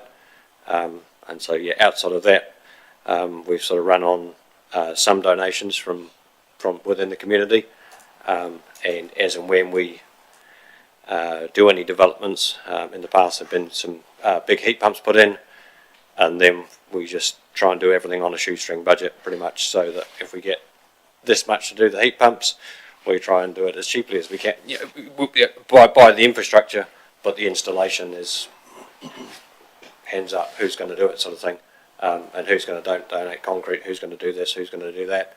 And I guess over the years they've ended up with a wee buffer from those grant applications, and that's what's filled the deficit in. Cool. Okay, we've got some questions. So, Councillor Ellis. Thank you, and thank you for your submission. So, what I'm getting is I think you'd like to have the funding model changed. So instead of us just saying we're going to give you X per year, it would be better for you if every house in that Methven rating district paid X amount of dollars per year. So as there's an increase in population there, your pool of money actually goes up instead. That's right. Yes. I think currently it is a targeted rate. Yes. And so that I'm not smart enough to understand how all that works, but it goes to the Methven Community Board and then it's divvied up from there. So I don't know whether that is happening and more money is going there and then it's getting shared among more people, and we've just stayed the same. So but yes, essentially, just to sort of, as the population grows, it's a targeted rate. So in theory, we can keep getting a little bit more towards it, sort of thing. Councillor Brown. Thank you. Jimmy, just a question, and just for myself, just clarification. Is the pool at Mount Hutt College, is that the one we're talking about? It is, yes, yeah. So they give you money as well, or no? not? No, they don't. They I think they get about $1,500. So it's on the pool itself is on Ministry of Education ground. Yep. And the ministry, there was an upgrade in 1960 something, 62 or something, and that was when the ministry pretty much gave them the last bit of money and said there is no more. And so they pick up $1,500 out of their annual funding to run the pool. Okay. Thank you. And when the Methven Community Pool Committee took it over, the board chair at the time, they said, well, either somebody else takes it over or we fix our car parking and bus issues. So they were going to fill it in. And that's when the Community Pool Committee stepped up and took it over, sort of thing. So the funding we get from the school is on a per head, per student basis, sort of thing. Okay. Thank you for that. Yeah, Brian? Yes, thanks. Last time you put your charges up, how often do you put your charges up for key sales, etc.? So we've had a pretty torrid last 4 or 5 years with ongoing breakdowns and sort of nursing an ageing system going. So when we finally managed to reopen for the last November for the season, we haven't increased since about 2020 was our last decent year of full operation. And so we would, as sort of a token for people's patience of having open, close, partway through the season. And the previous year, 18 months ago, we actually closed at Christmas time because I just couldn't keep it going. And most of the people left their purchase keys money in the system. And so it's sort of a goodwill gesture. We didn't increase last season. It's something we'll have to look at doing. But again, making it as accessible as possible to everybody, and also mindful that there is the targeted rate. It's difficult to, you're conscious of not double dipping or triple dipping. We've got people using it that are paying a pupil contribution. They're paying a targeted rate, and then they're buying a family key. So it's sort of managing that, I guess. Yeah, but it's key. Your expenses are going up, like you mentioned, the chemicals and the insurance and painting, etc. You need to be mindful of increasing charges. Yes, that's right. Well. No, definitely, it's on our radar. But with the sort of managing how much we can increase, that we don't cut people out. Councillor Wilson. How do you feel that the good residents of Methven would feel about an increased target rates? You're obviously a Methven resident. Do you think they'll accept it? Absolutely. Like to keeping the pool going for the whatever we got 500 at Mount Hutt, 6, 7, 8 at Methven Primary plus OLS. Like to have that those kids swimming every day through November to March is phenomenal. So I think people are super passionate about having the pool, teaching all their kids to learn to swim. So I don't think it's something that people would begrudge. Yeah. Councillor McMillan. Got a couple of questions, Jimmy. I think it worked out at about an extra $7 per household to increase the targeted rate. Is that correct? I think so, I believe so. Yeah. Yeah.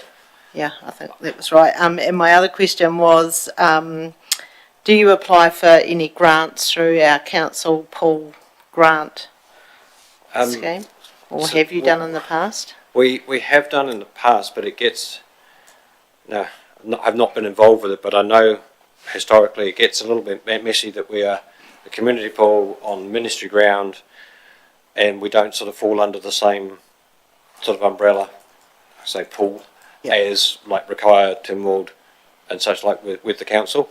And because we get the targeted rate, that seems to have halted additional funding, which I think is reasonable too, sort of thing. Like again, from my point of view, I'm super conscious of that double dipping, triple dipping. If we get one lot and we have to manage sort of thing, and figure out a way to make it work, and if that's more voluntary hours, then that's what it takes, sort of thing. And like we've the committee's grown a little bit in the last couple of years, and we've got a one lady that's big on events. So she's working hard to create a sort of a one-off, one-hit fundraising event that we can, add. Well, our target for next year is 5K, but we're aiming to hit a sort of a 10 to 15 annual one big fundraiser. Put a whole lot of effort into it, and that sort of over time adds up and goes towards the deficit, sort of thing. Great. Thank you so much for popping in. Thanks for your submission and your time today. Okay, excellent. Thanks for your time. Thank you. Thanks. Thanks, Jimmy. Okay, next up, Sarah and Robert. Sarah Stanaway, Robert Shakur, Mount Somers District Citizens Association. Robert, just the right-hand button on that microphone to turn it on, and if you could point it sort of towards you, that'd be great. Thank you. Thank you for your submission and appreciate your time today, and the floor's yours when you're ready. Sarah's going first. Hi, thank you for inviting us to come here and talk. We really appreciate the opportunity to come and discuss our community events and everything that's required. I put in a personal submission, but I'm here with my other hat on for the Mount Somers District Citizens Association. The first thing that I'd really like to address is the speed road issue between Ashburton Gorge Road and Hoods Road on Arundel Rakaia Gorge Road. So back in 2021, I came here and spoke about a speed reduction, or a concept of making a safer environment for all the truck and trailers and everything that's going down that road. So currently the speed is 100 kilometres, and after the last submission it became apparent that there wasn't the ability to create turning lanes. So we have three turns into the village, all within a couple of kilometres. And if you're coming from south into the village, you're heading over the bridge, and boom, you're right there, and there's Hoods Road, which seems to be a bit of a narrow stretch of road that can't be widened to give a turning bay. And then in the middle you've got Pattons Road, which seems to be highly populated with children at the moment. And then you've got Ashburton Gorge Road. So what I've become aware of is that in the last 2 to 3 years, we're getting a terrific amount of traffic coming down that inland road during the night and during the day as an alternative route from Picton, because there's been roadworks on State Highway 1. So there seems to be a consistent amount of heavy vehicle traffic. That has also increased engine brakes, which seem to be the loud sound around at the moment. So just to bring it back up, outside Ashburton Gorge Road on Arundel-Rakaia Gorge Road, there is a wallow in the road which has tried to be rectified over the last 25 years of me living there, and it seems that it's not able to be rectified. So it's a wallow and a hump, and when those truck and trailers and tourist vehicles hit those at 100 kilometres an hour, they do one of two things. They either tap their brakes and come towards my house, or they increase their speed to get through it quicker. It has become apparent that it has to be addressed.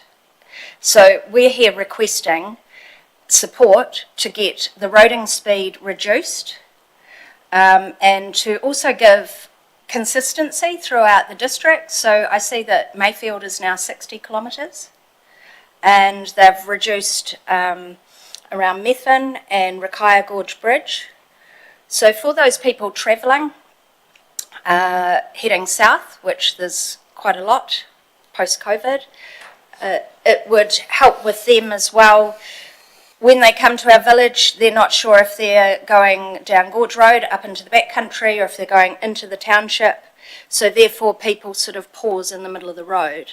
And because there isn't an adequate turning bay, it creates hazard. So without being able to put the turning bays in, our only alternative would be a speed reduction. And also requesting signage for no engine brake use would be helpful. Sarah, you have some more points you'd like to make before we take some questions, or Yes. are you happy to take? I'd be happy to talk about this, just the roading one now, or we can... If total, you can keep your talk to around 5 minutes, and then we'll take 5 minutes worth of questions, or if you want to go a wee bit longer, we'll have less questions. Okay. All right. Well, the other topic that I'd like to just talk about was... Just about at the 5 minute mark now, just heads up. Okay. Was the Dark Sky project that was brought up in 2021. So, John O'Poff came and submitted about the Dark Sky, and we were looking to protect the Hekateri Conservation Area with light. And so it seems that this night sky watching's become very popular. So down in Staveley they have a group, a astronomical group, where they observe, and North Canterbury's got their observatory out of Oxford, and it's heading towards this as a very popular thing, and could be a possibility for our backcountry as well. So Shelley Donnelly has met with Jono and some others, and it's something that we just wanted to make sure was on the table for the planning to be considered or investigated. So it was going to be bringing out a meter to measure the light and that sort of thing. So I'm not sure if that due process has occurred or not. Excellent. Councillors, questions? Councillor Brown. Hi Sarah, how are you? 3 years ago you were here as well, and we talked about the roadings. I thought that we talked about Pittons Road, and it was going to be a one straight, one way in, or locked or been closed off from the highway. Was that correct or not? Which street, sorry? Pattons. Pattons. Sorry. I believe that was we looked at that, didn't we? A concept that was brought up. The fire brigade and emergency services weren't keen on that option. Okay. For access. Okay. So to shut off the top end of Pattons Road. Okay. Yeah. Councillor McMullen. Thank you. Just reading your submission. Hi Sarah, hi Rob. And you've mentioned that the development contribution fee for Mount Summers shouldn't be higher than the rest of the district. Do you want to comment on on that? I'm talking about that. but- You're talking about that, oh, Yeah. okay. Yeah, you could jump in there if you want. Oh, You so jump my- in. Yeah. I'll do it in my one. Okay. We've split. Right. This is the topics. That's right. We are limited for time, so Robert, can you talk about that now? Okay. I've got two issues that I wish to address this morning. One, the general water management in Mount Somerset area, and the other is the $21,000 connection fee on new builds. I would firstly like to thank the council on their new water treatment plant that is almost ready to go. We appreciate not having to boil water in the future and its ability to service a much greater population with its modular design. Having the new water treatment plant won't solve the problem of stock and domestic users competing for the same water out of Stony Creek. Some farms and lifestyle blocks between the village and the RDR ran out of water for months this summer. We would like to be involved in finding a solution to this problem.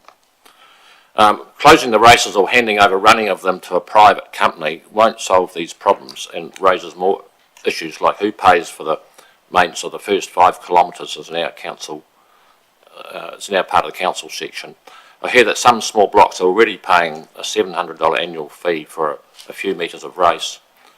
The present race is also valued for its ecology. It is full of trout and freshwater crayfish. The race is the main source of water for the firefighting in the village. The underground pipes haven't got the capacity to fight a fire. The local fire brigade often practice damming the creek and then running their pumps. Flooding, general flooding. Council members have done some preliminary work on solving the village's flooding issues. They've identified the flooding sources and possible solutions. They've talked to some of the landowners and the domain board about flood channels. I presume the next step is dealing with ECAN and all of its complexities. We need to keep on working towards a solution and not let this issue die. The last water issue is black water. The village has ample quarter-acre sections zoned. None of these ones have been built on yet. I see the problem being that if someone developed a group of sections, the developer would have to install a small sewage system. From what I have seen of ECAN, I can't see them agreeing to that. We don't want growth where the holding tanks have to be pumped regularly and carted away at great expense. And lastly, the development fee. It was spotted on the 10-year plan that a $21,000 connection fee will apply to all new builds. This is on top of the reserve contribution fee which the developers of the section pay. This fee seems to disappear into the big black hole. I think we're owed an explanation to how this came about and what it is spent on. We were told that the water treatment plant would have no extra costs to the local ratepayers and that the costs would be spread over the whole county. Thank you. Thanks, Robert. You happy, Liz? Yep. Councillor Todd? Thank you. Tell me, what do you have to do to qualify for dark sky status? My understanding is that we have to have it tested with a machine, and it was about a $500 cost to either purchase or hire that machine to read the light meter, and that's the first step. Councillor Wilson? Morning. It's around stock water. To get water up in your area, how far do you have to drill to get it? Can you attain it? Same as Montalto, there's no known water till you get to about Valletta, as far as I know. Different people have tried. And Staveley have got some shallow water, but it's fairly surfacey, really. Councillor Brown? Thank you. Robert, the small sections, do you've got an idea what you can do for the sewer? How to do it? I understand there's some quite good small schemes around, drip lines and things. But I haven't seen any. But it's up to the developer, I suppose, isn't it? But I'm only guessing that they're fairly impossible now for septic tanks. I'm not guessing they're going to be easy for that. And I just see it as an issue in all these small towns developing, getting bigger. I think Methven is virtually all holding tanks now, are they, the new builds? Thank you for that. Councillor Mackle? Thank you, Sarah. I completely understand your speed reduction request and can obviously see it's an accident waiting to happen. Has there been any accidents over there in recent years? There's been a lot of near misses, I'll tell you that. And I often wonder if I should just set up a camera and start filming it, because they're almost daily. I don't know of any specific accidents. We've had people go through fences, that sort of carry on, which emergency services aren't often called for. Yeah. And the other thing that I do want to just add to that is when I Google Mount Somers Village, it has grown on the map. So it is encasing that area of road is now deemed part of the village. So it's grown over onto the other side of the road because the village is growing, the township, yeah. Lovely. No further questions. Thank you very much for your submission. Appreciate you coming in today. I've got an envelope for Liz. I've got to give up. Nothing to do with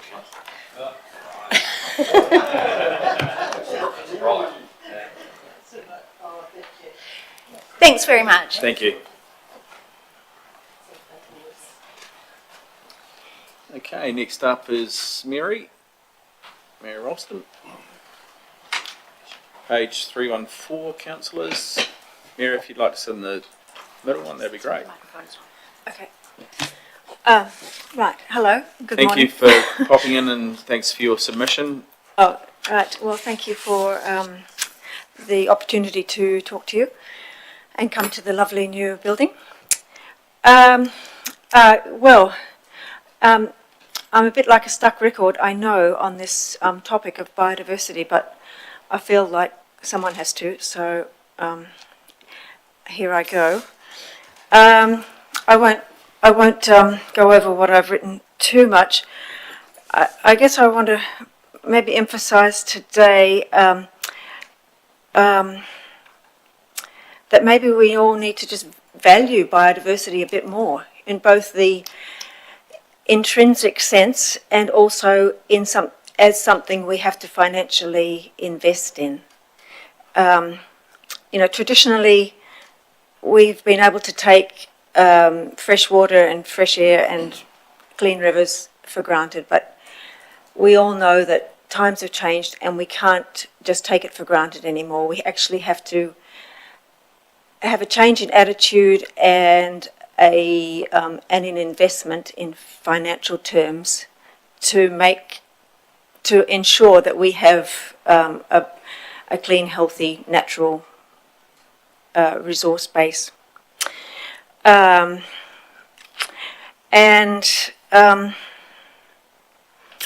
So yes, for that to happen, we need a recognition of their intrinsic worth, such as the rivers.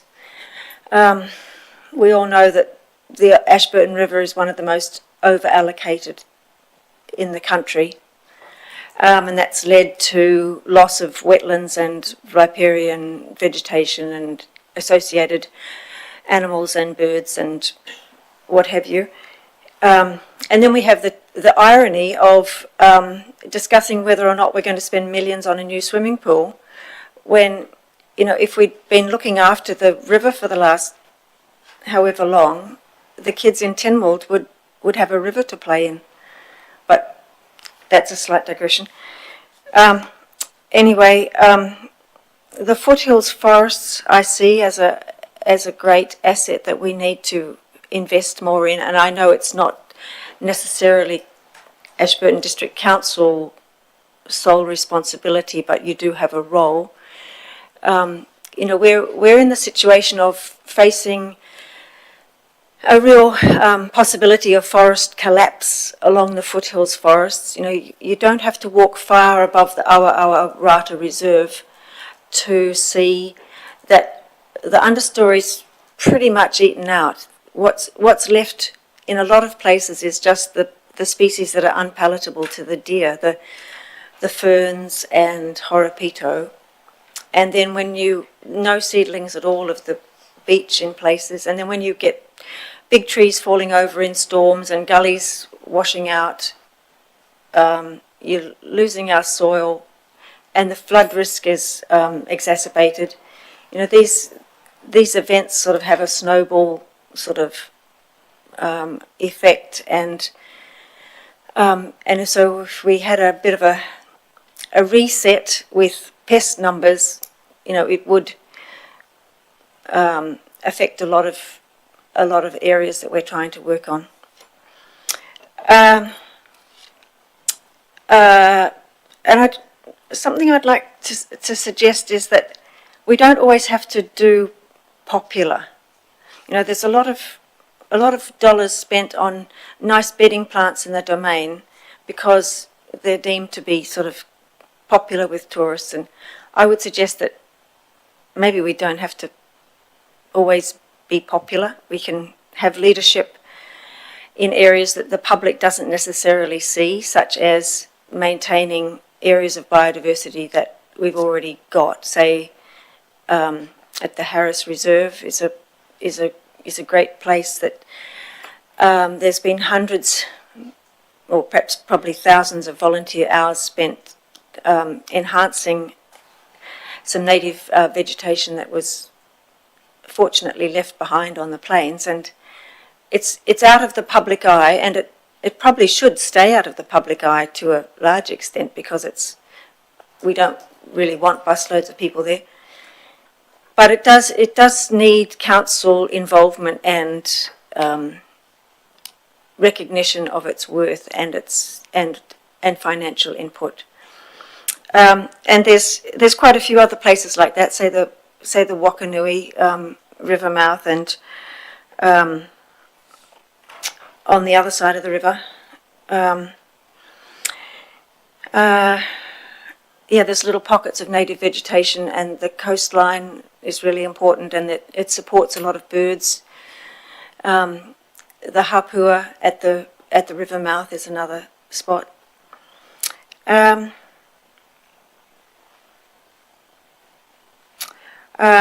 Yes, and also looking at the big picture of storing carbon and other long-term goals that should be part of all decisions now. We can't really have the luxury of not considering climate change. So that has to be part of the picture. Are you happy to take some questions? Yes, I'm happy. Yes. Mary. Okay, Councillor Todd, can you lead the way? Thank you.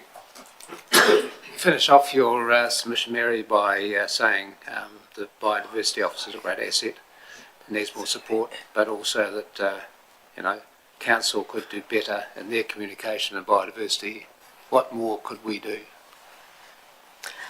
I think a little biodiversity column in the weekly spot of the Courier would be good. For just as a starter. Mayor Brown? Following on from Councillor Todd's question, really, biodiversity officer is a great asset, is in your submission, but needs more support. What more support does he need? Well, the publicity would be one thing, but just more Christian hours would be good. And so there's plenty of ways to involve the public, or as Christian does say with the recent planting at Lake Clearwater. I mean, that was good. There could be plenty more of those, but also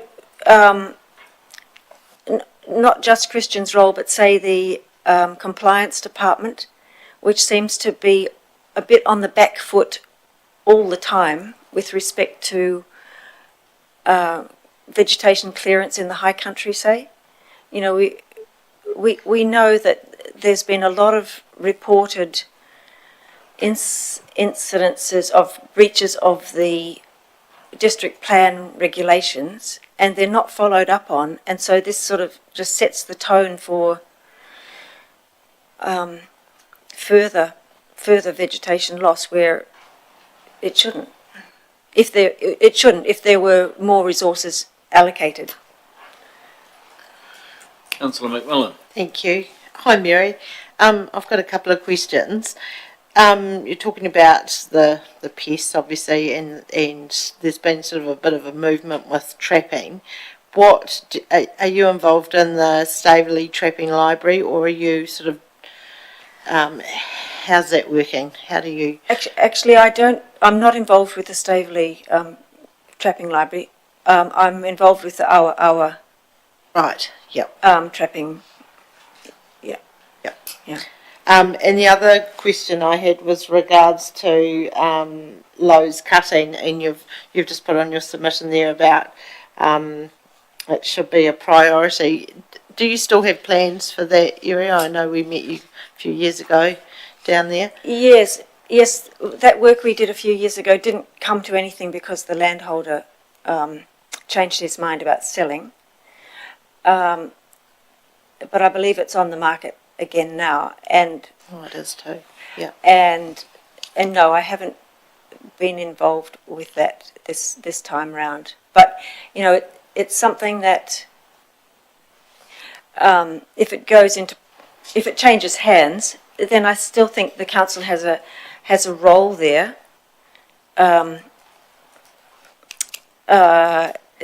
To ensure that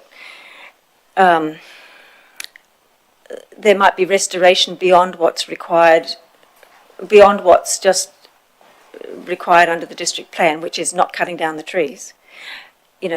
Some significant restoration work would be really good there, and it would be good if council could lead that. Yeah, and that would be a good little project for Christian. I was going to say, is he aware of or, that? Or another Christian, yeah. He's aware of that area and what's involved down there. Yes, he does, yeah.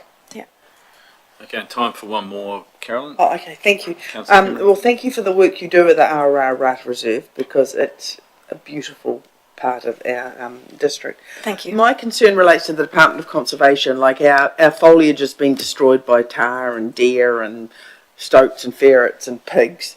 The Department of Conservation presumably manage that on public land, or who manage that in places in the district? Is it a council responsibility, or how's that? Well, it is a. Well, pests, I think, are the responsibility of the landowner. So yes, as a lot of that land is docked land, they are technically responsible. Yes, but it does require sort of an all-agency collaboration. Yes. I would think. Mm. Yeah, and I know it's not a core council responsibility to control deer, but if you took that on if you recognised that as a serious issue, I think that would be good, and did what you can with those other agencies to push the issue along. Are you suggesting we write, like we do with ECAN, we write to ECAN with regards to river management or flood mitigation, write to Department of Conservation with regards to deer management in public land? Yeah. Yeah. Okay, thank you. I'll take that on board. Thank you. Thank you. Mary, thank you for your submission. Thank you for coming in and speaking to it today. We appreciate your time. Thank you very much. Next up is Helen Watson.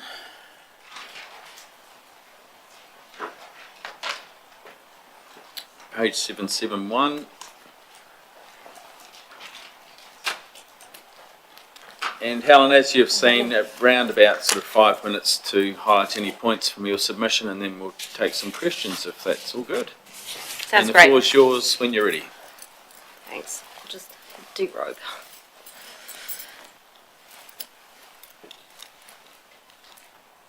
Good morning. My name's Helen Watson. I am an air traffic controller based in Christchurch. Been working for the Airways Corporation for 38 years, and I've experienced working as both aerodrome controller and radar controller. The reason I just tell you a little bit about that is because it means that when I speak about my thoughts on the airfield at Ashburton, I kind of have some understanding of what it's about. And with that in mind, I'm obviously pretty concerned by safety. My job is to prevent collisions between aircraft on the manoeuvring area and obstacles on that area, expedite the flow of traffic and provide advice and information to aircraft in that area. Whilst Ashburton is an uncontrolled unit, every pilot and operator must comply by civil aviation ruling, which is supported by the International Civil Aviation Organisation. My thoughts towards having individual charging for landings, for in particular, we talk about the people who, or the aircraft located at Ashburton, is that it does present either a perceived or actual safety issue. As qualified pilots, and in my case I learnt when I was 20 and I spent 30 years not flying because it wasn't in my parameters, came back to it obviously a little bit later, and so in order to, I need to breathe, and in order to stay current and competent, we have set regulations, and one of those things is, as an example, 3 takeoffs and landings per 90 days. If I have not completed that, I can still go out and do those takeoffs and landings to be competent and then take any one of you flying with me. But if I'm not current, I'm illegal. So everybody has a different time scale as to how much flying they can do, when they can fit it in, what their aircraft types are, what's happening. It's a very regulated environment. If any one of us, whether it be somebody youthful or even experienced, we're all in the position of making mistakes. Mistakes which are retrievable. I'm a bit too close to that aircraft, I'll have to go round. Somebody on the ground taxis out without advice or just clearly makes an error. We're all responsible flying visually to help mitigate those safety issues. In the event that I have to take avoiding action and go around or get hit by sunstrike or there's a wind change, I need to make those decisions in a safe and timely manner, which is good for all of us. Having the added little pressures of, but if I get landed within 20 minutes, I won't have to pay an extra $10 or $15. That just puts an inbuilt pressure that any one of us can say, no, it doesn't matter, it doesn't matter. But we all know that if you park down the road for 20 minutes and you are going to be 5 minutes late, you're going to get a parking ticket. And so what do? You run, you trip over, you break your ankle. There's always something going on. So what we want to do in aviation is keep things safe. I can give a couple of examples.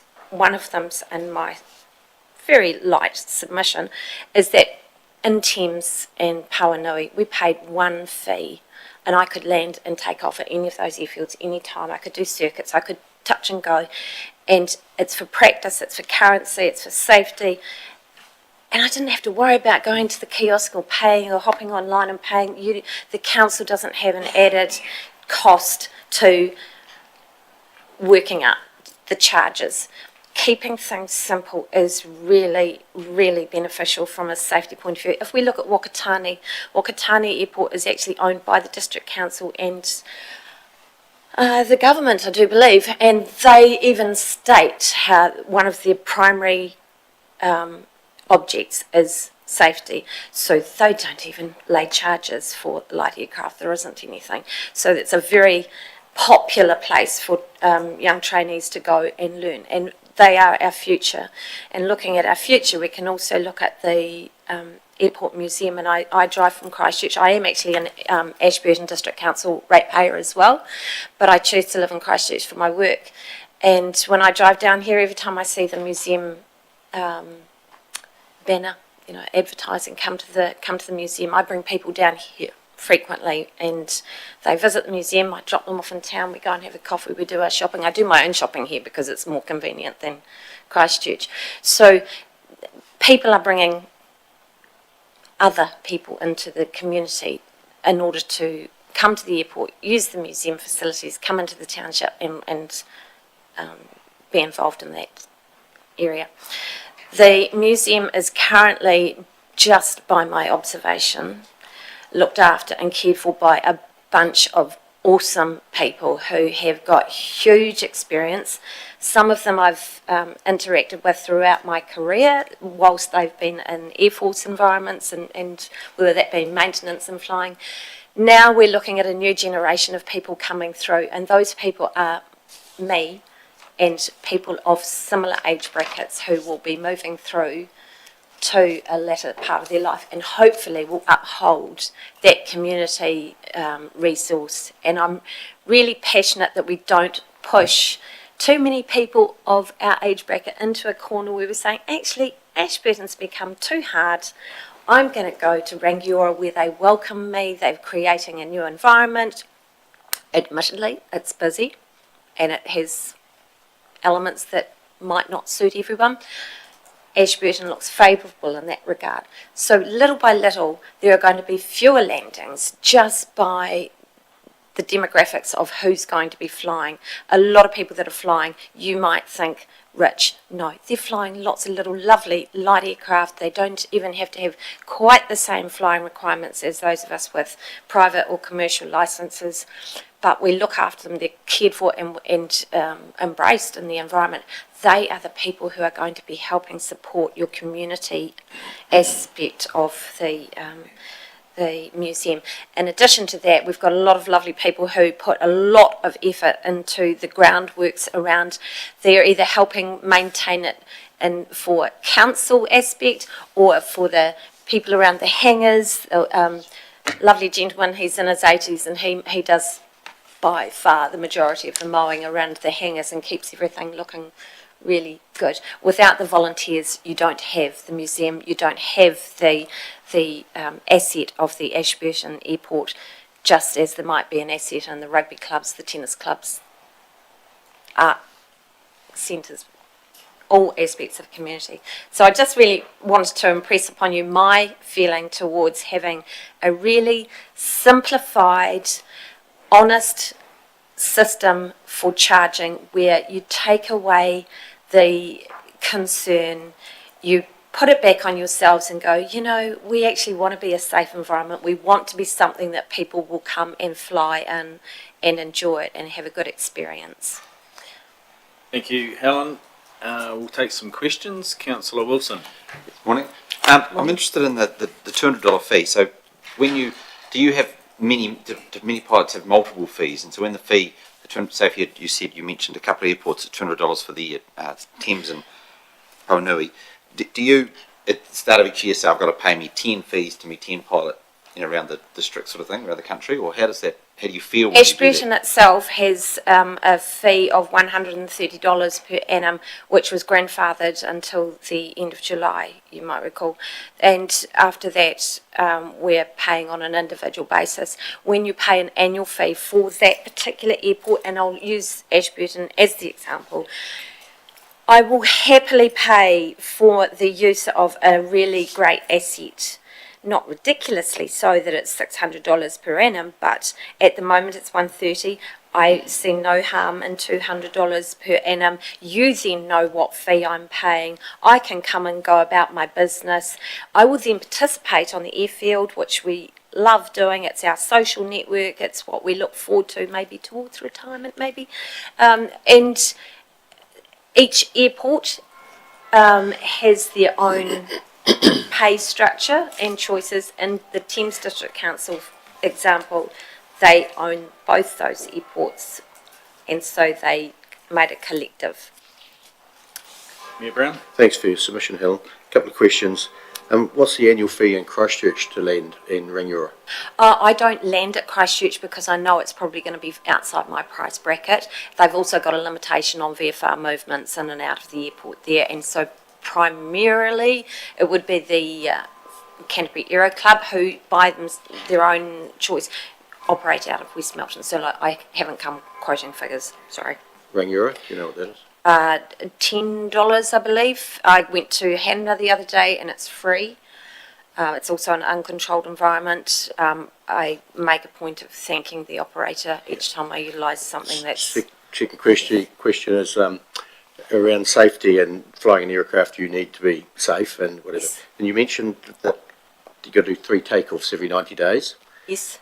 And you've got a certain amount of time to do those takeoffs, or you get another charge of an extra $10. If you're not done those 3 takeoff and landing or touch and goes within that time frame, and you'll incur another fee because you will have gone over that time. I believe that is a suggestion of the council that could be implemented, but has not yet been done. So being a pilot and safety is your number one, for taking an extra 10 minutes to do your 3 touch and goes for $10, is that worth it?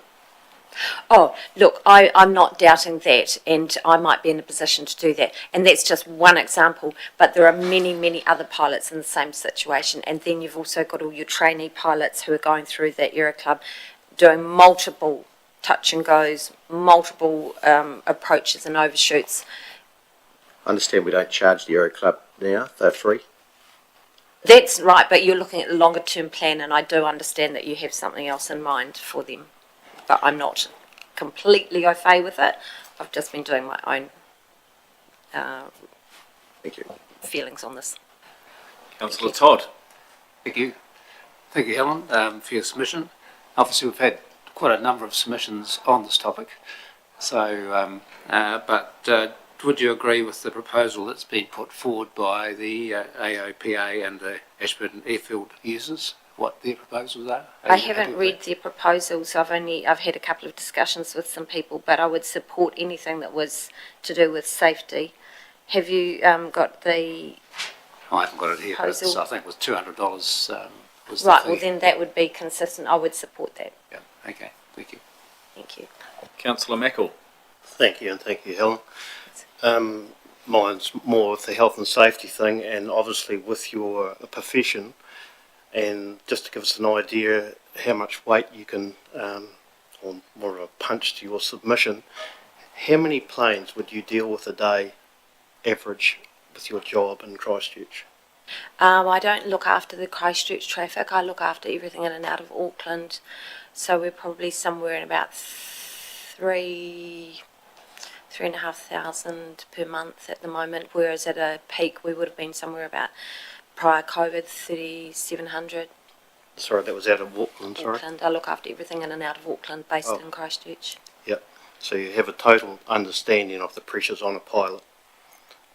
In a controlled environment, they're not charged in the event of go-rounds and things, because it's one of the tools that we use as a controller. If there is, for example, a runway infringement or something adverse that suggests the aircraft needs to be orbited, or as you might hear, missed approach or go round, that's just part of the overall fee. So, for example, coming in and landing at Ashburton, maybe doing a touch and go and then landing, would, in that case, only incur one landing fee. Thank you, Helen. And Councillor McMillan. Last, thank you. Hi, Helen. Just a question, because we've had quite a few people talk about the proposal for the increase in the hangar rental as well. So I just wanted your views, because I see in your submission that you do have a hangar. Is that correct? No, it's not quite. I rent off somebody else who owns it. Okay. It was, for me, actually looking at it, I was aware that you were going to be putting up the rentals at some point, and when I was looking, there wasn't anything available to me to purchase that I would be comfortable with, and I'm not sure I'll stay, because there are a few issues with there is no power, there's no facilities, yet the rates, if they go up considerably, I will look elsewhere. Okay, thank you. Thanks. Helen, thank you for your submission. Thank you for the time it took to come here and speak to it. We appreciate it. Thanks. Cheers.